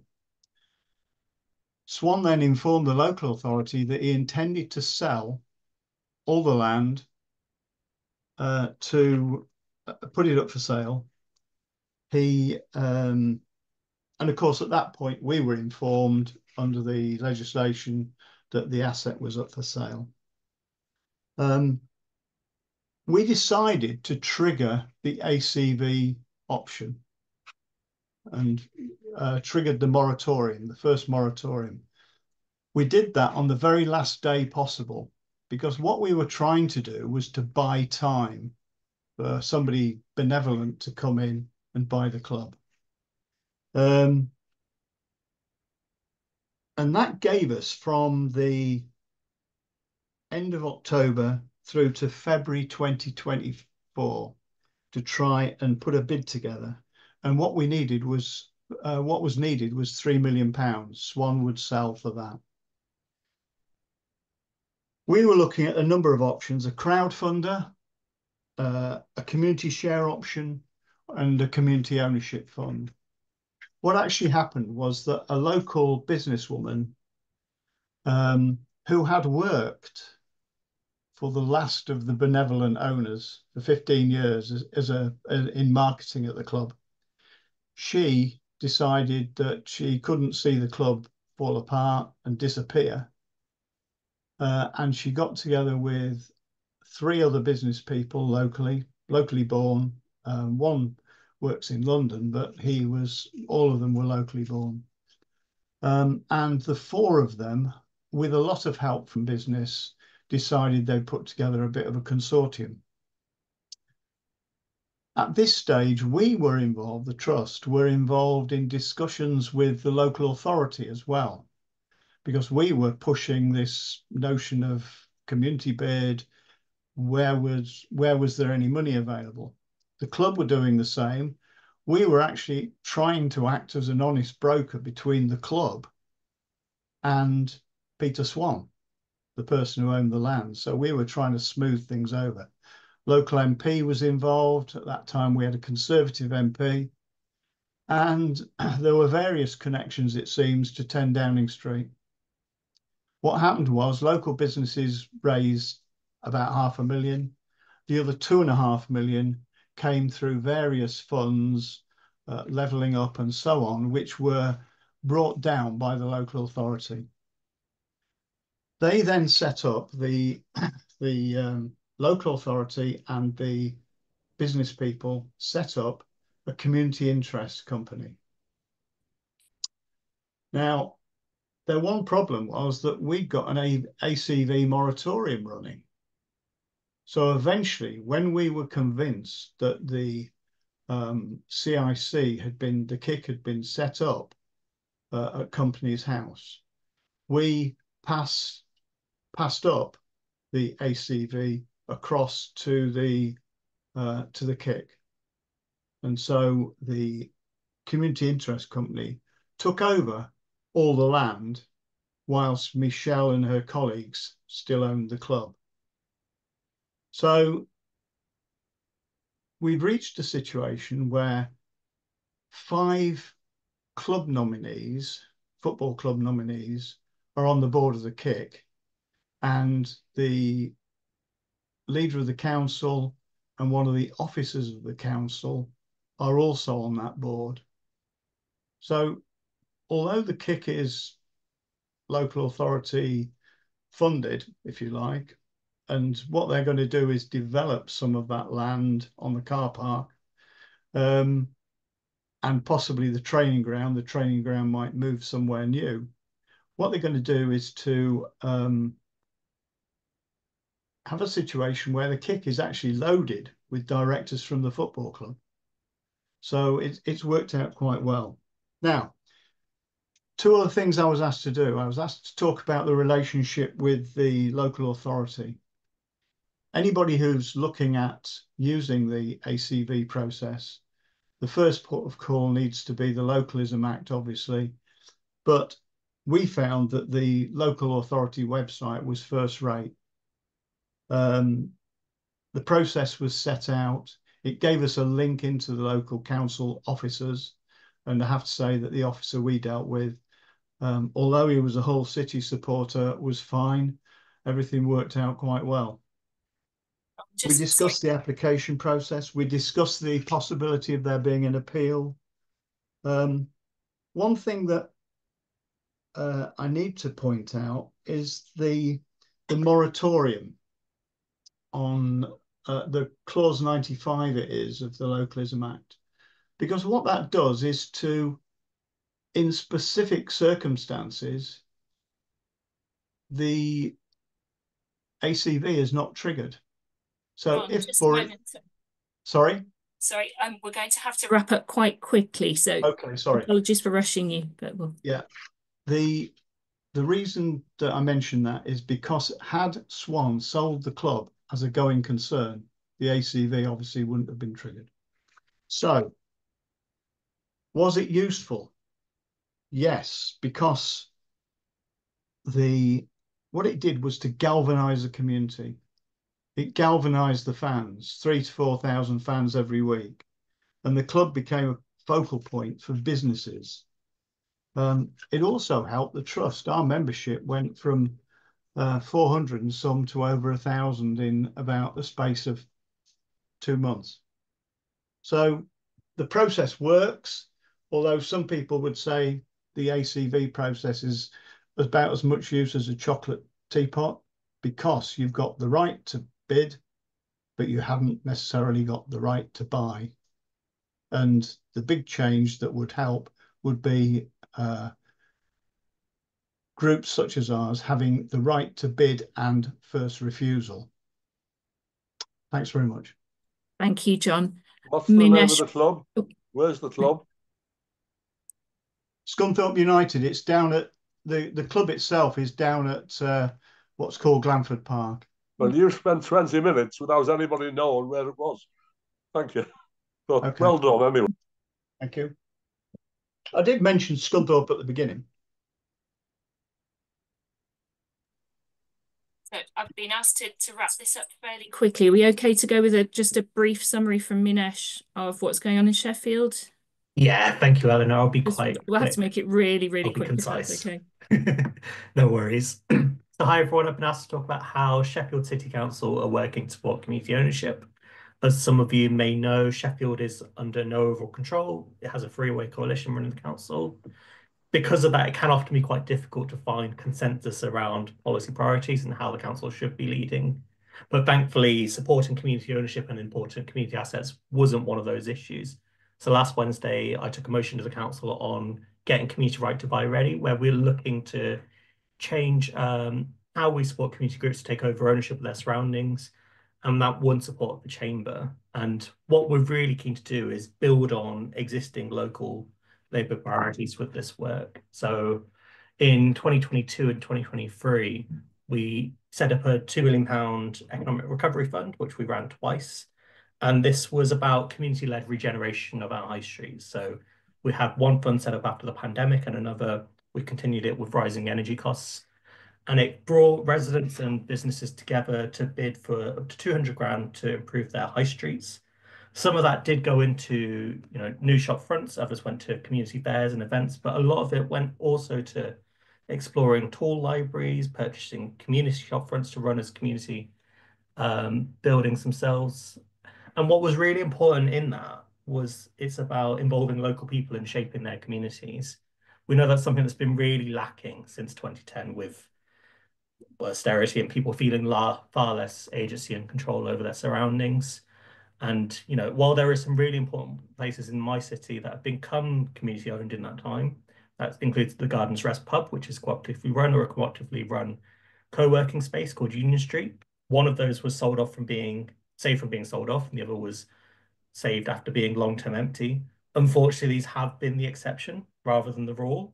And that's why I think the new powers from the government, the new proposals in the devolution white paper, which look at strengthening community right to buy, and also the new right to rent, local authorities be given to rent out long-term empty commercial properties, are really welcome because they let us put communities back in the driving seat of local change.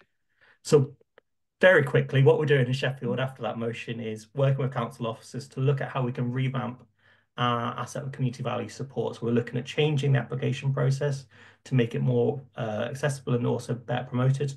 but using it as one of a wider set of tools in our arsenal, alongside high street rental auctions, alongside our Economic Recovery Fund, and work to support small businesses and small social enterprise networks, and alongside municipal climate bonds, which we're just rolling out, to ensure that communities have access to both those new powers to take over ownership of their surroundings, but also resource to transform them as well. Don't know how much longer I have, Eleanor. I've got a minute more, but I can stop there if you need me to. Thank you. That's really helpful. And sorry to rush you. There's just been so much to share in this session. What I might ask is if we can get some bits written up to share with participants afterwards, so that everyone can refer back to all the different stories and what's been learned from them. Because there is just so much to pick up from all of it. Thank you. I'm afraid we don't have any time for questions on this session, and we'll need to hand back over. But I hope that was a helpful introduction, and I think it's Abigail's turn again next. Thank you so much. Thank you very much, Eleanor, and thank you all so much for your contributions and all that you have shared with us with all that's going on in your towns and cities. So we're really grateful.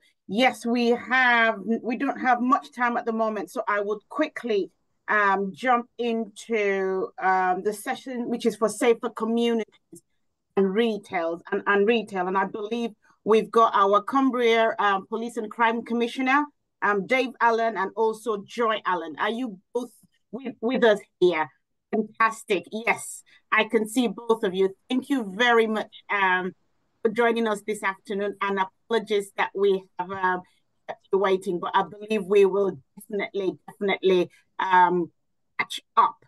Right, so without keeping you all for so long, Joy, if you would like to start with if you would like to start first before we go on to Alan, that will be very good. But I will just give you a quick introduction from the cooperative side in terms of what we have been doing. So the Labour government has committed to tackling retail crime, which has actually risen in incidence rapidly in the recent years. So the government will be introducing a new standalone offence of assaulting a shop worker and scrapping the £200 limit, which prevents low-level shoplifting from being properly investigated. So the government has also committed to a neighbourhood policing package to put neighbourhood officers back in town centres and on high streets, and about time too. So the Co-operative Party has been actively campaigning on the issue along with the Co-op Group and OSTO and for several years now. The Co-op Group's data shows that there are nearly 1,000 incidents of retail crime every day in our Co-op stores. So we are very keen to share in more detail some of campaigns to tackle retail offences, and I'm really pleased that we have all of you here. I'll give you in terms of context for stats so that you can understand why we are on this campaign. Shoplifting surged by 30% between March 2023 and March 2024, with 443,995 recorded incidents, with significantly more even going unreported. So you can clearly see why this is very important. This research, also conducted by OSTO, found that 70% of retail workers have experienced verbal abuse at work, 46% have been threatened by a customer, and 18% have been physically assaulted. A Freedom of Information request revealing that an average of 71% of serious retail crime is not responded by our police, with this rising to 90% in some regions. And retail crime has a serious effect on staff exposed to abuse, harassment, and violence, which has also seen increase in PSTD, anxiety, depression, and stress. So Joy and David, I know you will do this justice for us this morning at this conference. Over to you, Joy. Good morning, everyone, or good afternoon now. Lovely to be here. We will do a great double Alan act together, and we work really, really closely. So what I want to do, how long have I got, Abigail, just for my intro? And are we very tight on time, just to keep us right? About 30 minutes. Right, so I'll just do it. Yeah, I'll give it, like, it's just an overview.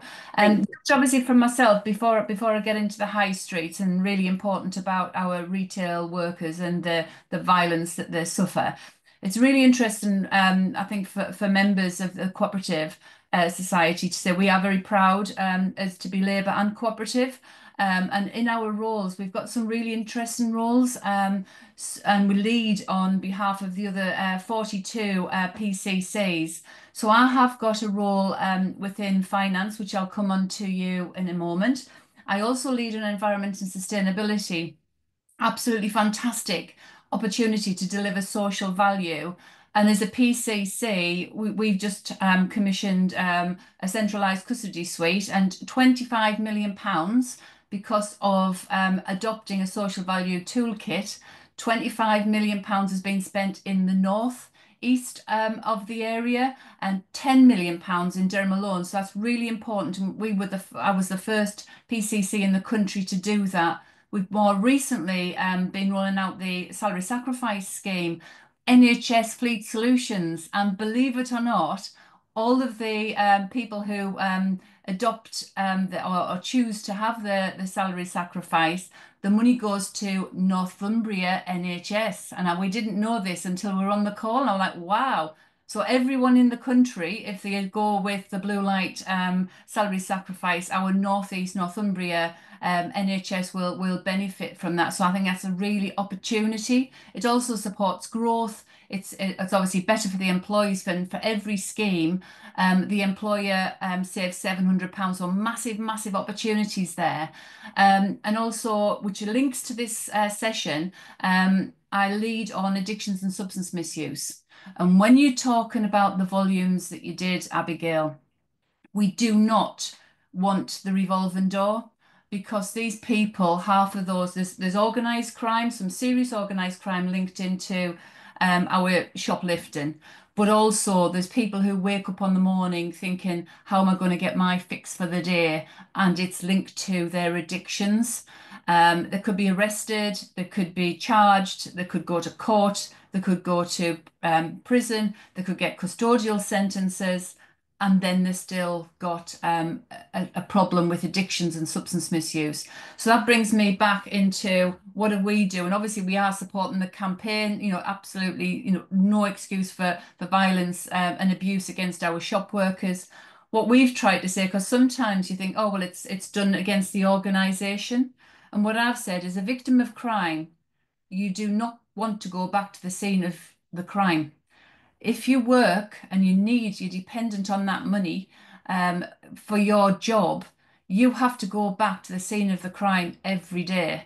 And you have to be, the emotional and the physical abuse that you might have suffered, it's there.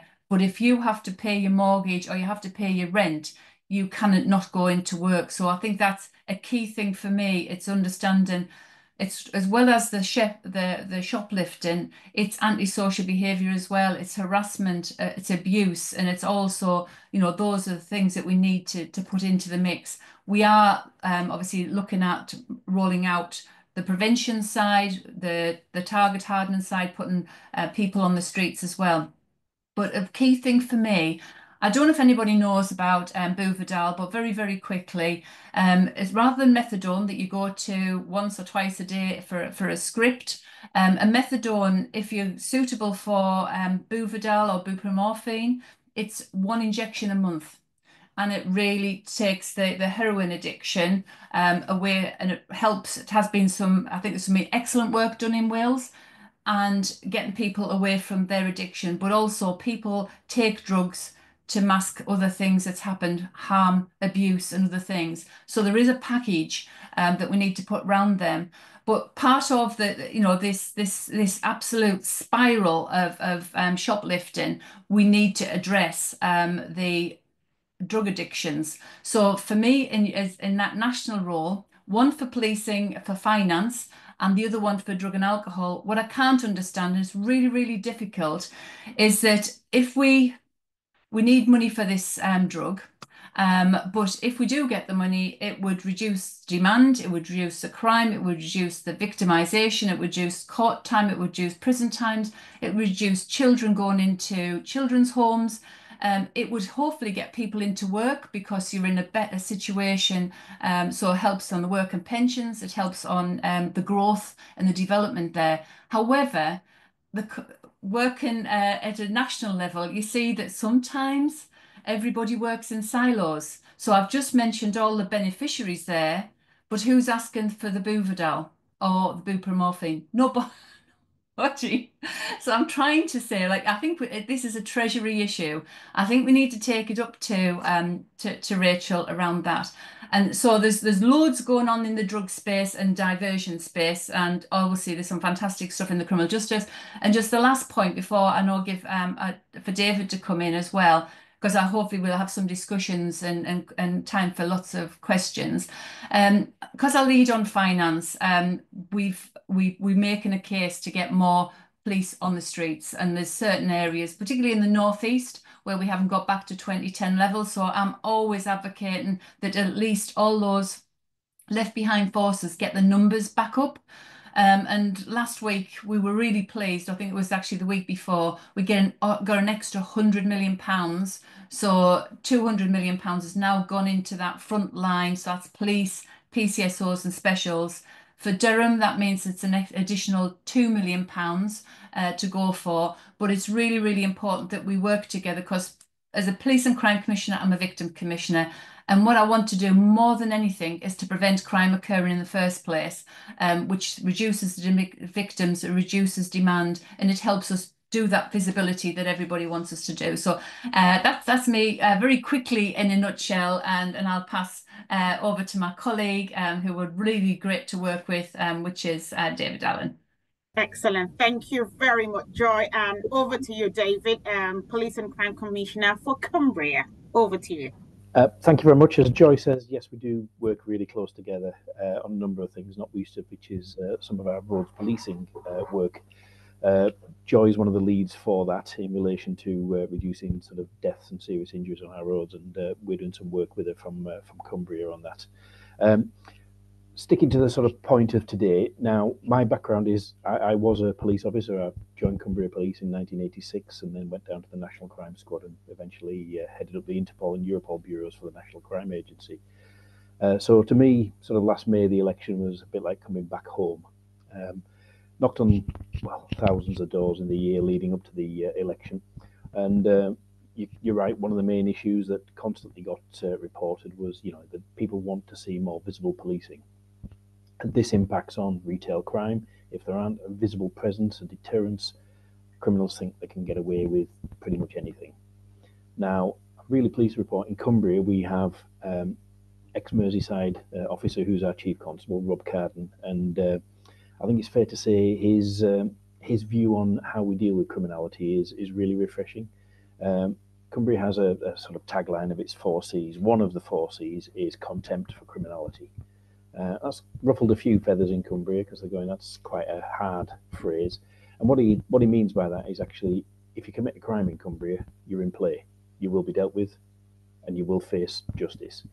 Now, how that's impacted on how Cumbria Police deal with retail crime, for example. So we've seen a rise like everybody in the country has in the last year. It's gone up 10.3% in Cumbria, which is a lot less than the 32% it's gone up nationally.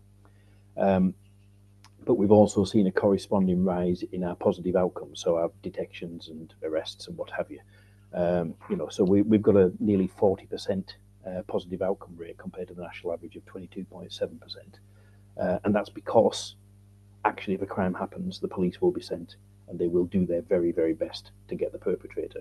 That's it in a nutshell. The other thing that the constabulary are doing and the chief is really big advocate on is stop search. So when he took up position, basically there were arrests of stop searches of about 100 a month, which is pitiful, to be very honest, in an area the size of Cumbria. They're now doing over 850 a month, and as a result of that, seizures of drugs, seizures of all sorts of stolen goods have gone up. Preparedness for going out to commit crimes has also gone up, as have the arrest figures that sit with that. Knock on for that is we are starting to see the rise in the retail crime and the antisocial behaviour, drug dealing actually is starting to, it's plateauing, it's not keeping rising. I'd call it good old-fashioned policing. We always used to do loads of stop searches. We always used to target individuals who were committing crime, certainly retail crime in the town centres. It's a bit of a refocus back onto what we used to do. It's not been possible to do it as the police would always have liked. Part of that is, you know, nearly 15 years of underinvestment in the public sector. Police no different. The effect that had on Cumbria, unlike where Joy is, we did get up to and beyond 2010 police numbers, but unfortunately our civilian staff, our police staff, were reduced by nearly 30% in that same period. And all that meant was that police officers were in back office functions doing what civilians used to do. So actually the visible presence on the street was lower than it had ever been. We started to turn that round, as Joyce said, with the new neighbourhood policing guarantee money. I've got 1.7 million for Cumbria. I've just put my bid in with the Chief Constable on Friday as to what that will look like, staffing. And effectively it's allowing me to almost double my neighbourhood policing teams. So the ones that will be on the street, visible, known, named police officers, PCSOs, special constables in local areas. And they'll be working with the retail sector in the areas that they police, so in the town centres, in the villages. Will this have an effect? Absolutely it will. We've invested in our rural crime team last year, which is one good example, and they work really closely with Joy's teams over in the northeast. They've started to impact on individuals who are coming from Yorkshire, Durham, Northumbria to commit crime in the east of Cumbria, shoplifting, stealing of farm equipment and farm implements. And we now start to see a reduction in that. We've recovered over £850,000 worth of quad bikes and machinery. We've arrested an awful lot of people that have been coming into our area to commit criminality. So these are organised, these are professional organised criminals. And we're now starting to see, because we put the resources in, we're now starting to see an impact. Does it make a difference? Well, I mean, I was watching a programme 2 days ago called This Farm in Life. What it said on there, one really interesting statistic, it said that 17%, so nearly 20% of all farms in this country make zero profit at all. So if somebody comes along and steals your quad bike or your £20,000 satellite bit of kit from your tractor, actually that's the difference between you and your farm going under. It's the same in the shops in our villages. If somebody comes along or the gangs come along and basically clean your shop out, that might be the shop and might be the only shop in the town centre going out of business. This ruins and destroys the sort of the heart of the community. So I'm really, really committed that we get into this, we get into the ribs of the criminals that are doing it. The other thing I do, and as Joy said, we all have our portfolios as part of the Association of Police and Crime Commissioners. I have the portfolio for serious organised crime, along with the PCC from Devon. And my background, for half my career was serious organised crime.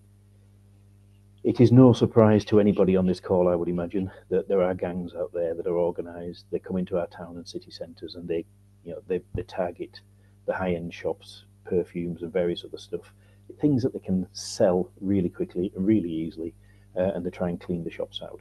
We've had them here in Carlisle, where I live. Last week there was a gang from Glasgow came down. Police knew they were coming, acted on the intelligence, they were able to deal with them and arrest a number of the individuals. That's what we need to do. So it's tackling it at a local level, making sure that there's visible policing, and we are working on getting more of that, but also making sure that you target the gangs and the organised criminals who are coming and cleaning shops out en masse. None of it's rocket science. It just takes graft, hard work, good old-fashioned policing, a lot of it, and having the boots on the ground, to give it the old hackneyed phrase, but the boots on the ground to be able to tackle that sort of criminality. And that's what I'm about. That's what my Chief Constable's most definitely about. And I know most of my colleagues, such as Joy and the other PCCs up and down the country, we're really looking forward to getting the investment back onto the street at a local neighbourhood level and making a real difference.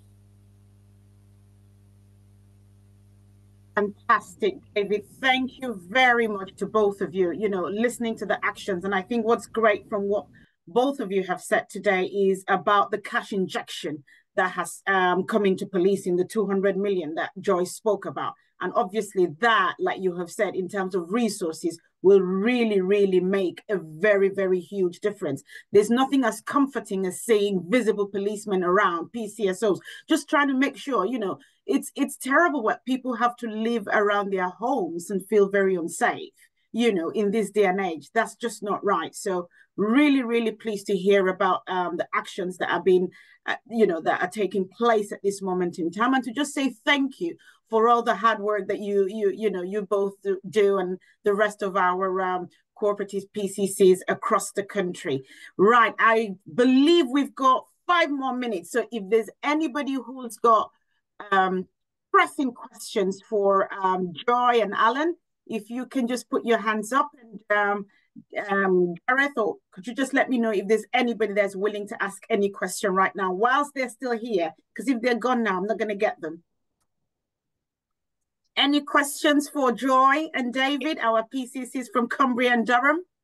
Can I think just...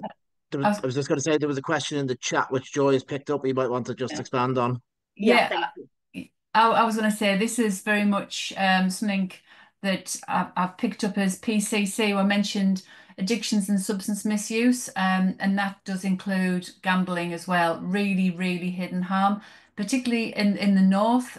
We've got more what you would identify as problem gamblers, and what's quite shocking is 95% of the gambling companies' profits are made by 5% of their customers, and the 5% of the customers, they're really, they're a bit like a drug dealer. They will harass and harangue, and people are gambling more than they can afford. And a key thing for me is it's at NHS. We've got NHS gambling clinics now. So we're trying to destigmatize gambling. We want to get to them before they start committing crime, before they start committing fraud. But I've worked with people in prisons where they've stolen £1 million, and thankfully, because of their persistence, they've got £900,000 back to the person, which was the company they stole it from. £900,000. Not everybody can do that. Not everybody's tenacity have got that tenacity or the know-how. So I was given evidence this week to Ian Duncan Smith around the poker and around getting this money back, because if we can take that 95% of the profits responsible for those 5%, we as PCCs want to focus on those 5% who are being harmed, who maybe can't afford it. Even we've got footballers who are playing all over the world who've lost everything, the house, the home, you know, the shirt off the back. Because the gambling companies are really, you know, they really do go for that. There's a lot of people can gamble fine, no problem at all. But the ones that have got a gambling addiction, myself and David and other PCCs are really passionate about doing the signposts and to getting the help. Because behind that, you've got families, and families are being made homeless because courts are putting pokers against, which is proceeds of crime, against the gamblers who are stolen lots of money, which means that the family become homeless, which then really starts the spiraling of the adverse childhood experiences. So the more we talk to victims with them, and even the people who were affected by crime, the more we can learn, the more we can do to make a difference. And I think, you know, it's great to work with people like David, who are equally as passionate to support their public as well. Excellent. Thank you very much, Joy. I've got Kath Brumfield, over to you. Yeah, I put it in the chat, but just to, I really love what you're saying in terms of seeing that broader picture. So just to mention intersectionality and that understanding of layering, and also neurodiversity. So we know high percentage of suicide, high percentage of gamblers, through the impulsivity. And yet we don't kind of use that cross-section thinking. So just, you both nodded then, which brings me some joy. So just, is that part of the conversations and the data collection as well? So I kind of work in the system to do with SEND, and we're great at collecting data, but it all sits in these silos, and there's a good chance lots of our young people are the same group of people all the time. And we know our youth offenders are 90% speech and language communication issues. So the crossover for me of where we target things is really important. David, I'll come in after. Yeah, I mean, you're absolutely right. I mean, we do work in our custody here in Cumbria, certainly the bigger stations that we've got around exactly that. And I've funded from my office one of the studies recently at our Carlisle custody suite in terms of, not just sort of we do, I fund the drug testing at on arrest, which has produced some interesting results, but also working with the individuals who've been arrested who present at custody with a view to, exactly as what you've said, sort of send issues, ADHD, etc. And again, what we're seeing is something like 65 to 75% of the individuals coming in fit exactly that profile.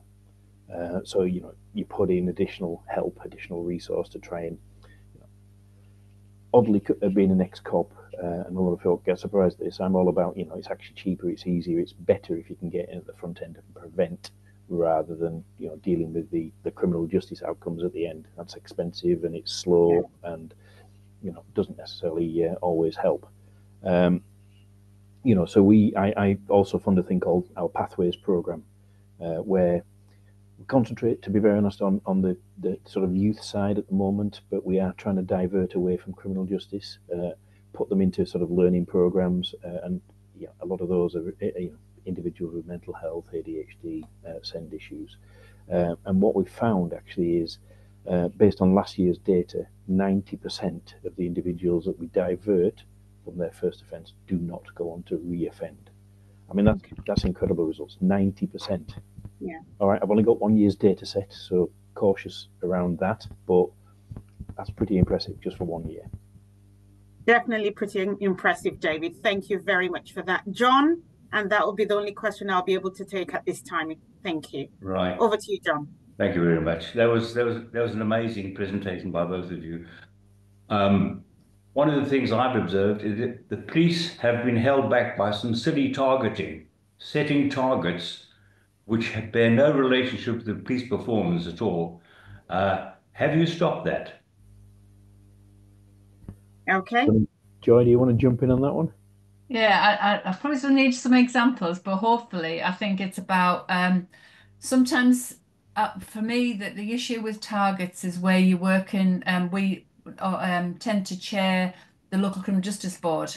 So sometimes you can get targets for policing that has a disadvantage on a partner's targets as well, which doesn't make sense. So what we're trying to do is absolutely make sense of some of the targets. So we are really focusing on the things that really matter. Sometimes you can't help government targets because sometimes if we're getting this £200 million, we might get some challenging areas that we have to do. But I think from ourselves as PCCs, it's about understanding, it's not just about a target, it's an outcome. And I think that's the key thing. It's not just about numbers. All these people, be it offenders or victims, they are people.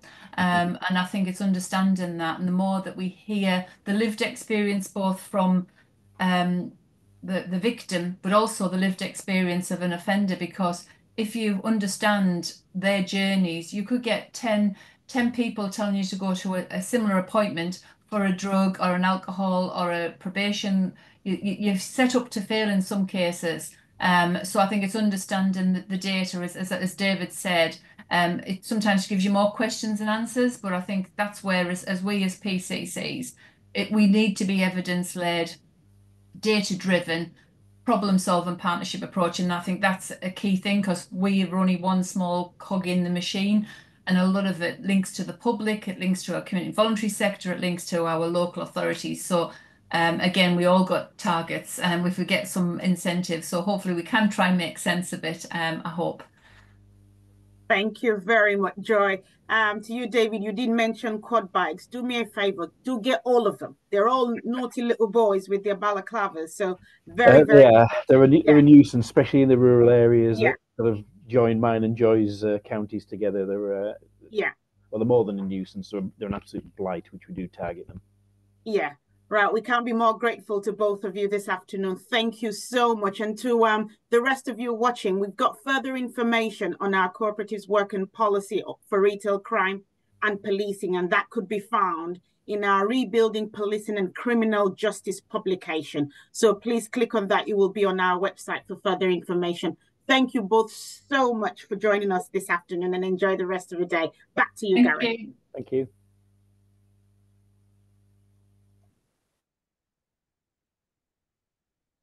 Right, over to me. Yes.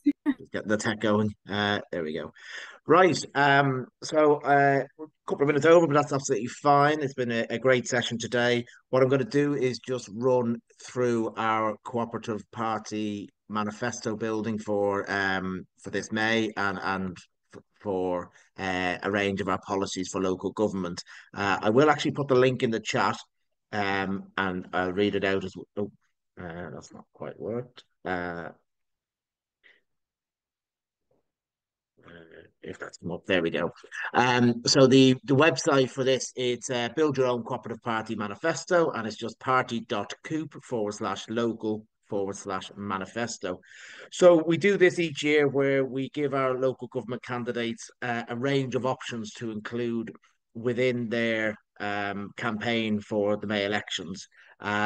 So now, not a lot of the north of England has elections this year. Off the top of my head, I think it's Durham, Northumberland, Lancashire, Doncaster, Lincolnshire, and then we have a couple of the mayorals as well. So this won't be wholly relevant to everyone, but it is important that all our members and all our councillors and candidates are aware of our top line policies, and what we're campaigning on more widely. But also for sitting councillors who don't have elections coming up, it can be used as a useful checklist to say, have we done this? And actually, if you are in the administration at your council, or you're a resident and Labour and Cooperative are in the administration, you can ask your council to get on and take part of this through. So previously, this has been badged up as 12 ideas for your local government manifesto. We've condensed it down a little bit further to 8 or 10 broader headings. And in each area, it is a bit catch-all. So we're talking parish, town, community councils, district and borough councils, county councils. So not all bits are relevant to everyone in terms of the powers we're talking about. We've talked a lot about devolution of powers today, but there's bits in there for everyone to take, and people can pick and choose the bits that are most relevant to their level of authority, but also most relevant to their communities, and what they're looking to deliver through the council, through the role as a councillor. And on the council. So obviously at our absolute core is promoting cooperative development, and what we've done with this whole web page is we've made it quite interactive in two ways. One is we've got a bit of a checklist. So if, for example, you wanted to ensure cooperative development forms part of the local authority's growth plan or economic development strategies, we have a little bit of a tick box here. And once you click it, it then adds it to the list on the right-hand side. And as you go through, you can tick all the bits that you want and then simply email it to yourself. And all of that will be sent through to you on email. And then you can print it off and bring it to your next, group meeting or local policy forum, or you can email it around to local Labour councillors, candidates for May, and say, this is what I think we need to be looking at, and start that discussion. But also under each of the headings, we also have looked to try and get a good example from each area where someone has done this. So, for example, if you were to use UK Shared Prosperity Fund to support cooperative development, we've provided a good example there from Business for Good West Yorkshire, and we've included that link so you can click on and actually see tangibly what this means and how it is being delivered by someone somewhere else in the country. In the true spirit of cooperation, we try to share that knowledge, share that experience. And again, we kind of heard a bit more about that from our mayors earlier, around almost sort of each mayoral area will in effect be a pilot for that project that they're doing. If it's successful, then they feed it out to the other mayors, feed it up to government, and so on. So what we've also done as well, you can see here, we've got starter, intermediate, and advanced. So those are to align with where you are on your cooperative journey. But also, if, for example, you're in opposition, might be very difficult to get our policies through. So you can start with the starter. And if you are progressing on your journey, then you can move through intermediate and advanced. So, for example, if you're in administration and you've got the means and resources to establish or support a local cooperative development agency or cooperative development network, and again, we've got plenty of examples there from Preston, Oxford, Islington, and so on. So that's just the first first heading, and to give you an outline of this page. So as I say, party.coop/logo/manifesto. So particularly if you are a candidate or a councillor, do have a look at that if you haven't seen it before. Some of you may be sick of hearing me talk about it because we've done a lot of these sessions and local campaign launches and so on. But also if you spot anything that you're doing in your area that you think matches, aligns with this, let us know, and we can include that as an example as well. So I know we've got the policy bit coming after this, and our policy officer Dan has done a lot of this, collating this information together. So we've worked together on building this, and then our comms team have done a fantastic work on this, building this web page. And we also have printed versions which will be going out to all of our 200-300 candidates, maybe more, coming up this May election. Growing local ownership. So this is really about the community right to buy and assets of community value, which again we heard about today from our speakers in Scunthorpe and Sheffield and Oldham. So again, listing assets of community value, and it's important that we're doing this at the council level, so that we can complement the work that is coming through with the English devolution. So while the English devolution is a lot of people are focusing very heavily on the local government reorganisation and the devolution elements, there is this element of the community right to buy, which will really strengthen the ability to have hundreds more examples of Scunthorpe Football Club in communities seizing their own assets and then being able to provide for their own communities. And again, we've got different starters, intermediate and advanced under each section, and different examples of where people have done it, and support through community share offers and so on. Then promoting cooperative and mutual financial services. So this is something that people will be very much aware of in terms of credit unions and mutual banking. And again, we've just seen this week in terms of Preston putting a significant investment towards the Northwest Mutual Bank. So there are different ways we can support credit unions and mutual banking, and particularly with councils doing payroll deductions and providing space, either low cost rentals for pop-ups or free of charge within council offices. A lot of councils have gone to hybrid work, and so there may be space there to say, right, well, we can have the credit union pop up here, once or twice a week and so on. And then support the development of new credit unions or community banks. Transition to community energy. Again, we'll never get tired of really beating the drums on these things that we put front and centre, particularly as part of the general election campaign, when we needed to put our focus into key areas. And obviously community energy, community renewable energy is one of the big things. It's linked to the GB energy. It's linked to the local power plan, which Joe talked about. I'm going to say yesterday, it's only this morning. It's been a long day packed with information. But when that local power plan comes through, community energy will really be put in the hands of communities, with 1 million new owners of energy. We did a great breakout event at the local government conference only last week on this. So as the legislation changes for that, as the money flows, the money has been committed, it will go down into communities and into councils. So we're looking to get all our cooperative members getting involved in that, either through their council or setting up local community energy associations and cooperatives to be able to look at delivering. Again, we've got plenty of examples from around the country. Carbon Co-op in Greater Manchester and Milton Keynes Community Energy, just some of the examples as well. So remaking the housing sector. Housing has been touched on. It is such a big area, and there is the government's drive to build more houses. There's obviously elements of discussion about where those houses might be, but obviously we want to get better housing, and we want to have more cooperative housing, more community land trusts, and more rights for private renters as well. So again, loads of examples from around the country for each of them areas. Towards ethical tax and procurement. So we've grouped a few of our key campaigns that we've been campaigning on for a long time. We've worked very closely with Fair Tax Foundation in terms of getting councils to be signed up to be fair tax councils, ensuring that when they procure, that money is, paid tax in this country. Put it its most simplest, so that it's not, the money is being retained locally, even if it's not specifically local to the council, but that money is going back into funding vital services, including council services. And the Modern Slavery Charter is something that you probably will have heard about, because we've been doing it for a long time. Over 100 councils have signed up for it. We still have councils coming on board now and refreshing their procurement strategies and so on to ensure there's no modern slavery within there.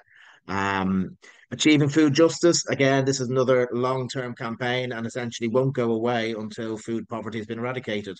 And I know it's something that our chair today, Abby, is a keen food champion for many years, and it's something that I actually held a role of myself at one point, and it's really about beyond just simply and as important, massively important as it is to set up more food banks, food pantries and so on, how we can get beyond that, and how we can reduce food waste in order to support alleviating food poverty. Obviously, we do need to alleviate poverty on the wider scale, but there are other things that we can do with bringing the community together, and community cooking and so on. And it's been great to see the evolution of things like warm spaces and warm hubs to then feed into that as well. So loads of examples there. And this isn't just all the examples. We've just put a couple in, but if you want to know about another area, please do get in touch. We can link you up with another council somewhere else. Developing community and cooperative transport. Again, I think we've covered nearly everything here at some point today, but obviously the mayor is really taking a keen lead on the on buses, and we've seen Greater Manchester with the B network has been brilliant, and going beyond just simply bus routes and prices, but they've gone to the next stage by engaging with the credit unions to have interest-free loans for seasonal passes across Greater Manchester. So again, it's bringing the whole cooperative sector together in delivering on some of this, and building cooperative social care. Now, we know social care is broken in this country. It's going to take a huge amount of effort and resource to fix, and it's going to take some time, but we're putting forward options and views in terms of developing cooperative social care, both in terms of cooperatives actually delivering that social care and also working more cooperatively in terms of the procurement across areas, and ensuring that we get a much higher standard of social care for our residents. So that's all in there as well. And safer and stronger high streets, again, covered it just in the last session, so I won't repeat everything, but we, as Abby mentioned, we have the Restoring Police and Criminal Justice document on our website. It's a great read, some really good, clear examples that if you're involved with your local police and crime panel as a councillor, or if you're on any whatever local engagement there is, citizen panels and so on within your police and crime authority area, you can feed in some of these things that we're doing, and again, support the government's aim to tackle retail crime and so on. So huge amount of work going on there. Again, all the examples are in there, including the link to the pamphlet we're talking about. So that is the Build Your Local Government Cooperative Manifesto. Please do give it a look if you're up for election this year. If you're not up for election but you are supporting candidates, please do ensure that they're made aware and they're doing their best to implement into their leaflets. I realise I'm just ticking over into Dan's space now. So Dan, if you want to jump in for your policy bit. Yeah, thank you very much, Gareth, and good to be with you all here today. I'm Daniel, I'm the Policy Officer at the Co-operative Party, and I'm going to very briefly go through and introduce our policy process for 2025. So I hope you can all see that. I think you can. Can you see that, Gareth? You're all good, yeah. All good, great. Okay, well, I'll get kicked off. So this year's policy consultation is a member-led process. It's the opportunity for members, branches, party councils and networks to help shape our policy proposals, which we take to decision makers and policy makers at all levels of government, both at Westminster, in the devolved nations, and also local government as well. So there's many ways you can get involved in this year's policy process.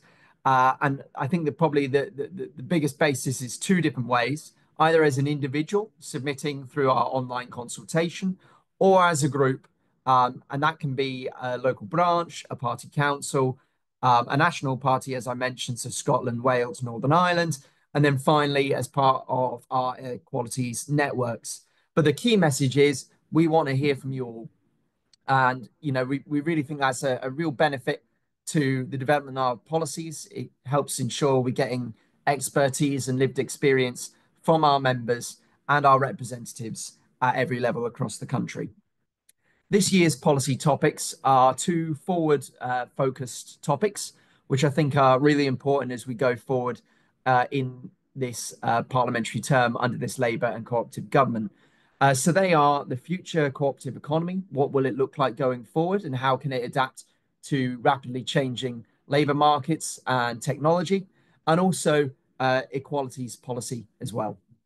So I'll start with the future cooperative economy.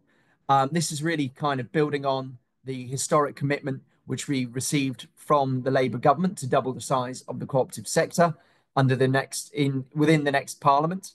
And it's looking to make sure that the cooperative sector and the cooperative movement is well placed to take advantage of these rapidly changing technologies and industries, essentially ensuring the jobs of tomorrow are cooperative jobs of tomorrow.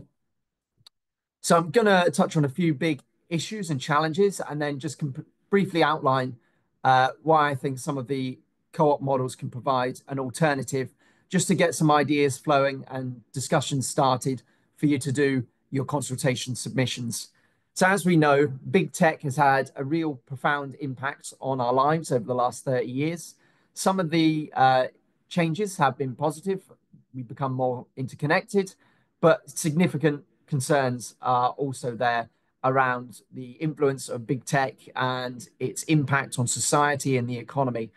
And as you can see, I've listed just a few there. There's massive economic power they have, monopoly type of positions, particularly for search engines or online marketplaces, and the influence they can exert on the political sphere. So we're seeing this in the United States at the moment.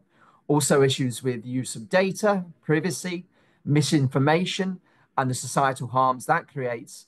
And also the gig economy, which has reduced people's working rights and conditions. And how can we change that? Well, platform cooperatives, I believe, are a good alternative to big tech. They put the cooperative model at the heart of these new technologies and digital platforms.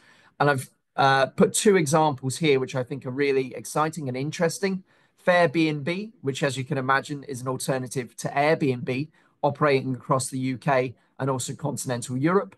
And also Equal Care Co-op, which is a really interesting multi-stakeholder care co-op based in West Yorkshire that is owned and operated by the care workers themselves, the care recipients, and their families. And so it gives them greater control over the services they access and how they work. And I really want to know from members and branches and others how you think we can scale this up. How can we get more of this right across the economy? Also on the labour market, we've seen a rise of self-employment over the last 20 years. Some of that is voluntarily, but a lot of it is also involuntary. And we've also seen, as I say, gig work and insecure work, unfortunately, become all too common. And cooperative alternatives can help to reduce these negative issues. So freelance cooperatives, these are really exciting new emerging ways of organising. They help to share amongst their members, who are the workers, the self-employed and freelance workers, business support, financial advice, administrative support to make their lives easier in managing those micro businesses. And we've seen really interesting examples like Signalise in Liverpool, which is a co-op owned by sign language experts and their clients, who are people who are hard of hearing and deaf, and a really good, interesting new venture. So we need to have more of these types of models, I think, right across the economy. Also, there's other things such as software developers, making sure they're getting fair pay for their work. Another one, which is a major challenge, and I'd really like to hear from yourselves on how we can get cooperative and mutual solutions to this, is the decline of press and the closure of news outlets.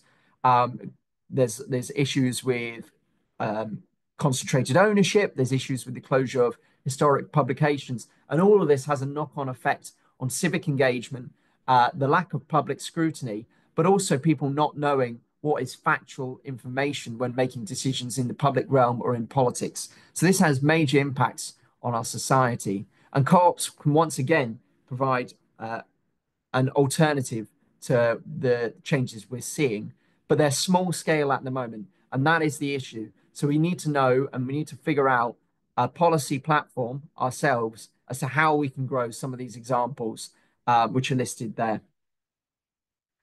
The second policy which we'll be looking into in this year's national policy process is equalities policy. Now, it's been over a decade since we've updated our equalities policy paper, and we think it's much overdue an update to make sure it's a modern and a really inclusive offering which we have to members and also to decision makers. So we're looking to update in a broad range of different areas, and we want to ensure that there's inclusivity, equity, and diversity at the very heart of what we bring forward to policymakers. And we're going to look at a really broad range of different areas, including jobs, housing, social care, and more. And we feel this is a really great opportunity for members to provide their lived experience and their expertise as people who may have these protected characteristics, what they think can make society better, and how we can improve equalities policy. So once again, just a few challenges, I think, in this space, and just to get the ball rolling on some of this conversation.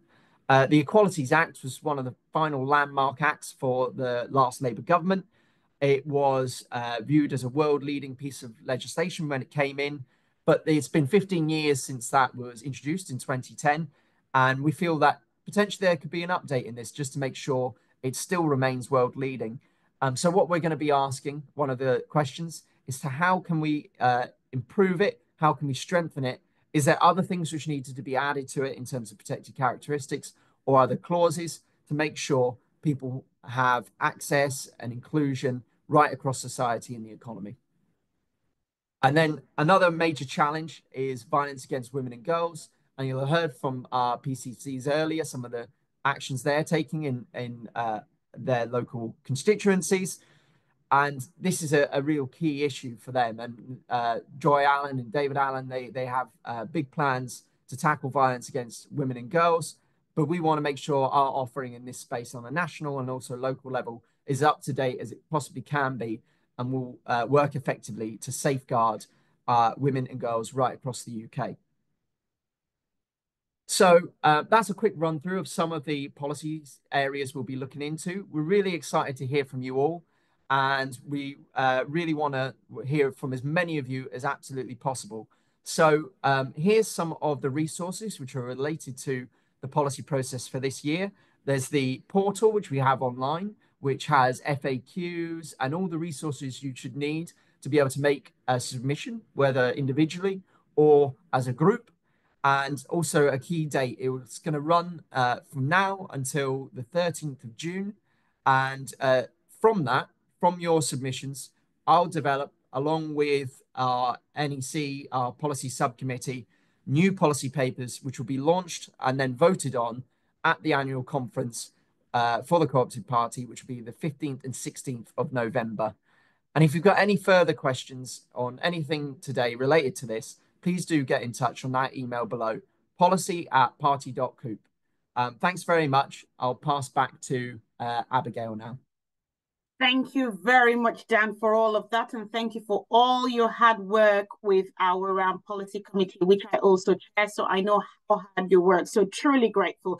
And thank you all so much for being patient with us and listening and joining us for this online conference today. First and foremost, I just want to say another huge thank you to our speakers, our General Secretary, Joe Fortune. Thank you so much, Sarah, for joining us today as well and giving your contribution on the parliamentary group and all your contributions that you do in Parliament for us. Thank you so much. On the cooperative delivery local level, thank you very much, David and Kim, our mayors, for all your contributions as well today. to the community's right to buy. Thank you, Ellie, for chairing that session. And thank you to Councillor Minesh, Councillor Aruj, and John as well for all your contributions. Of course, Dave and Joy Allen, Safer Communities, and our retail crime PCCs. Thank you so much for your contribution. Gareth, for all that you have shared with us today on building the Co-op Manifesto. That's great. Yes, food justice is one that will continue to be there for as long as we continue to tackle food poverty. And I always say food has got to be accessible, it's got to be affordable, and most importantly, it's got to be nutritional. So thank you all, and let's continue to work on the influence that we have, what the Co-operative Party is having on the Labour plant in terms of doubling the size of the cooperative economy, action on retail crime and creating safer communities, our local ownership, community right to buy assets, and of course, community engagement, community and energy as part of our great British energy. And can I ask members to continue to keep an eye on all of our video posts on our ongoing work across the UK on Instagram, on TikTok, on X, which used to be Twitter. Please continue to share work that we do. And councillors, please continue to look at our manifesto and share the ideas of our campaigns across your constituencies and your wards. And let's continue to gain momentum with all the elections that we've got ahead of us. So finally, 3 things that we would want to take back today is that take the ideas that we've covered back into your communities, please. Continue to talk to all your local and cooperative representatives about what action we all can take now. Share your views through our policy processes, which Dan has just spoken about. Get more involved with the party as well. Listen to our regular cooperative online live events, and also join us for our annual conference, which will be held in London. So that's it from all of us. Thank you to all the cooperative office staff who have really helped us today. Easy, thank you so much for all your back office work, making sure today is a success. So from all of us at the cooperative, thank you all so much. Have a lovely, lovely weekend, and please stay warm. It's quite cold in the north over the weekend. Take care, everyone, and thank you.